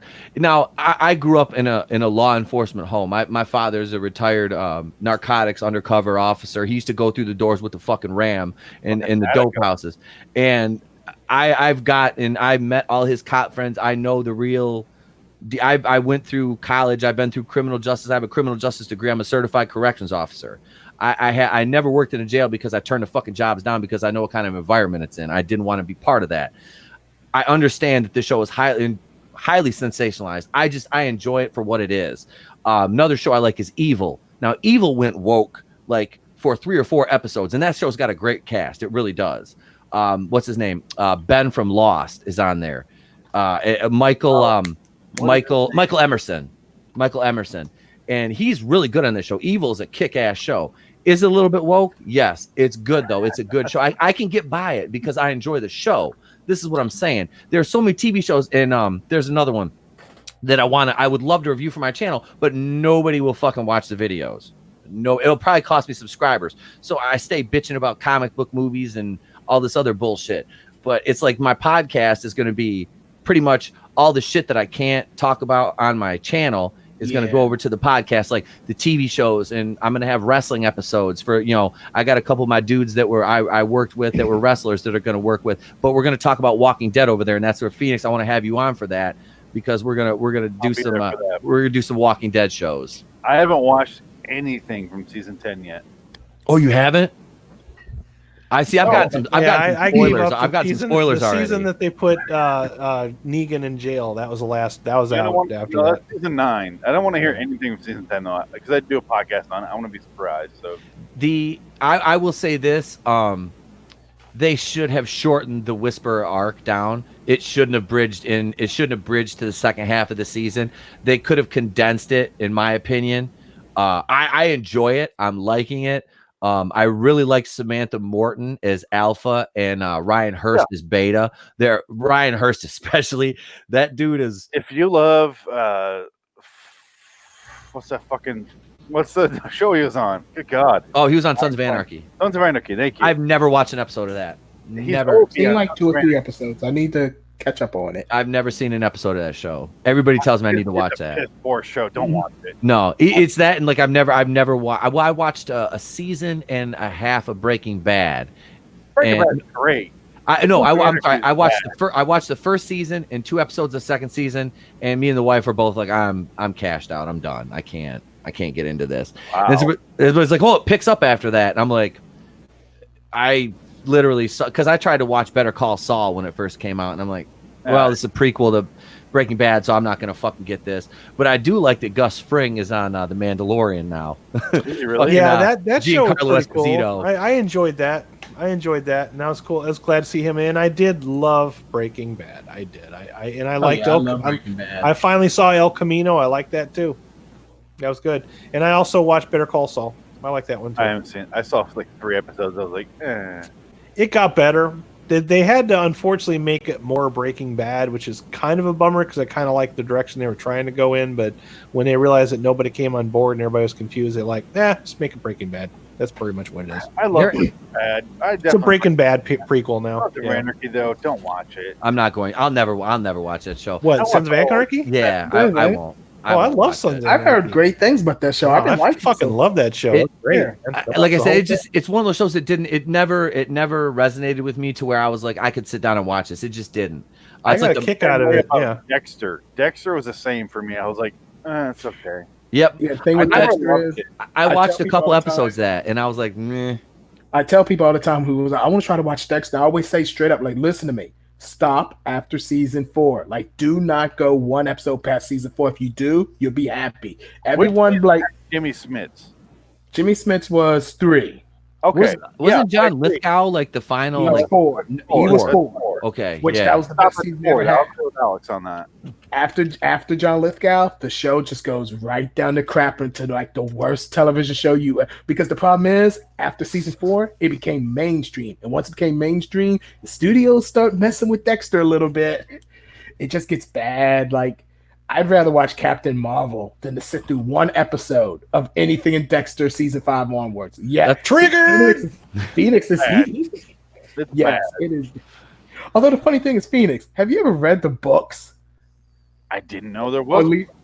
Hold up, bro. The books, I've only read 1 of them. The books are way more insane than the TV show was. I never loved the show. I know there was Dexter. Around the ending, and I was like, "Oh, I hated the ending." I'm like, I hated the beginnings. Yeah, the book has like supernatural stuff in it. No, most TV shows have shitty endings, though. Wouldn't you? Well, agree? yeah, most of them. Well, here's the thing: Dexter had a shitty 4 final seasons. Like, the only show that had a good ending was Star Trek: The Next Generation. Like, that one had a good fucking solid ending. Like a fucking olive farm. I like DS9 too. Melrose Place had a good ending to it. I like it. place. I liked. Oh, dude, I own that on DVD. The last episode of Dallas. Seinfeld was the worst one. Dude, I go to jail for a year. I don't hate that episode as much, but I get why people hate it. I The have last seen, episode of X-Files was had a trash. great episode ending. I've seen the entire run of the Seinfeld show, and I'm not joking. I've seen the entire run 25 times. Yeah. I've watched the finale episode a grand total of 3 times in my entire life, and I'll never fucking watch it again. It has some humor to it. It's just cheap. Hey, what's up, man? Can we back up? So they don't help a citizen in New York City getting mugged. Yeah, Wasn't supposed to be like Rhode they're Island? in Rhode Island for a year or wherever the fuck they are. Hmm. They go to prison for a year. Yep. Fuck you. How is that funny? And you expect them to come back. I get it if they get sentenced to like 20 years, but they come back, they get sentenced for a year. So I'm like, I remember watching it in like 98, wherever the fuck it was, and I was like, oh, they're gonna come back in a year with a new episode. Never happened. No, Jerry wanted to end it there because he didn't want to get shitty. He wanted to go out on top. But why have a year? That's what I was like. Oh, they're joking with. They're fucking with us. I expected like a Curb Your Enthusiasm thing. They come back like every other year, you know. Here, come over here and sit The down. problem is, I'm gonna be honest. Back in the day, like in the 90s and 80s, you could have some good series finales. You didn't start getting crappy series finales until The Sopranos came, and everybody wanted to be ambiguous like The Sopranos. Hold on. That's So I remember The Sopranos. Oh shit! You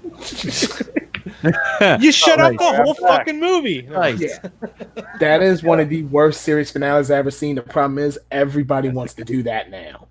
Oh, it's ambiguous, isn't it? It's great because it's in your own head. No, how about you stop being lazy? You come up with an ending. Stop making me do it for you. I never loved The Sopranos. I prefer like The Wire over Sopranos. Oh, so I was a huge Sopranos fan. It doesn't really matter. You want to focus on one. I like the earlier seasons of The Sopranos. I need to step out for just a minute, guys. I'll be right back. I have a tiny co-host. It's all right. We're gonna wrap it up pretty quick. Yeah. Your co-host. Do you want me to wait? Yeah, we're gonna wrap. We'll go ahead and wrap this up. Okay, now. hang on. I'll wait. Alex, I guess we're done. Yeah, no, we'll talk off camera. I'm gonna go ahead and end the stream. You guys have yourselves a groovy day. What you up to, Pete? Go ahead and plug your stuff, and then you can bounce. All right, man. You could find me and E-Temple Queen's the place to be. Reviews. We got 154 subscribers right now. I'm asking y'all, please go over subscribe. I want to be at 150 by the end of January. I hit it. I want to be 160 now. I got like 28 minutes. So give me 6 subs in the next 28 minutes, and I don't know. Put in a request for a video and I'll do it. I don't care. Hang on, buddy. 1 second. Podcast on blogtalkradio.com. That's coming up very soon. Working on some new material for that, as well as a Patreon. And tomorrow night I will be over on Tony Tone Deaf's channel for about an hour on the birthday stream. And then I might show back up right here on Raiders of Lost Flicks tomorrow night. We'll see. If not, I'll be in the chat. And keep tuned next Monday for the Batwoman review, of course. If you want, we can save 1999. We'll just flip flop the movies so that you don't have to. You don't want to do that? Okay. You don't have to. You don't have to. Okay. I can't guarantee what time I'm going to be here, so I don't want you to hold up the show for me at all. You don't have to do that. Pete, I want to flip flop because I want you on the show for that. You're the reason we're doing that movie. If you want to, I could probably. If you flip-flop it, I might be able to I will probably be available then. Yeah, I might be able to show up for the second show. So if you do flip-flop it. Let's flip. Okay. All right, we'll flip them. Right. Phoenix, what do you got going on?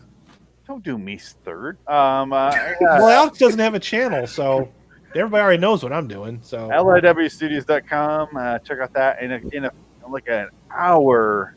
Not even actually 35 minutes or so. I'll be on Way Off Topic Radio on YouTube live. Go check that out. We're gonna discuss whatever the fuck you want. Subscribe and comment in there. We'll talk about whatever the fuck you want. He put a comment in there. He put a little link in there. So follow that. I'm reading off the comments right here. I don't know what I'm doing.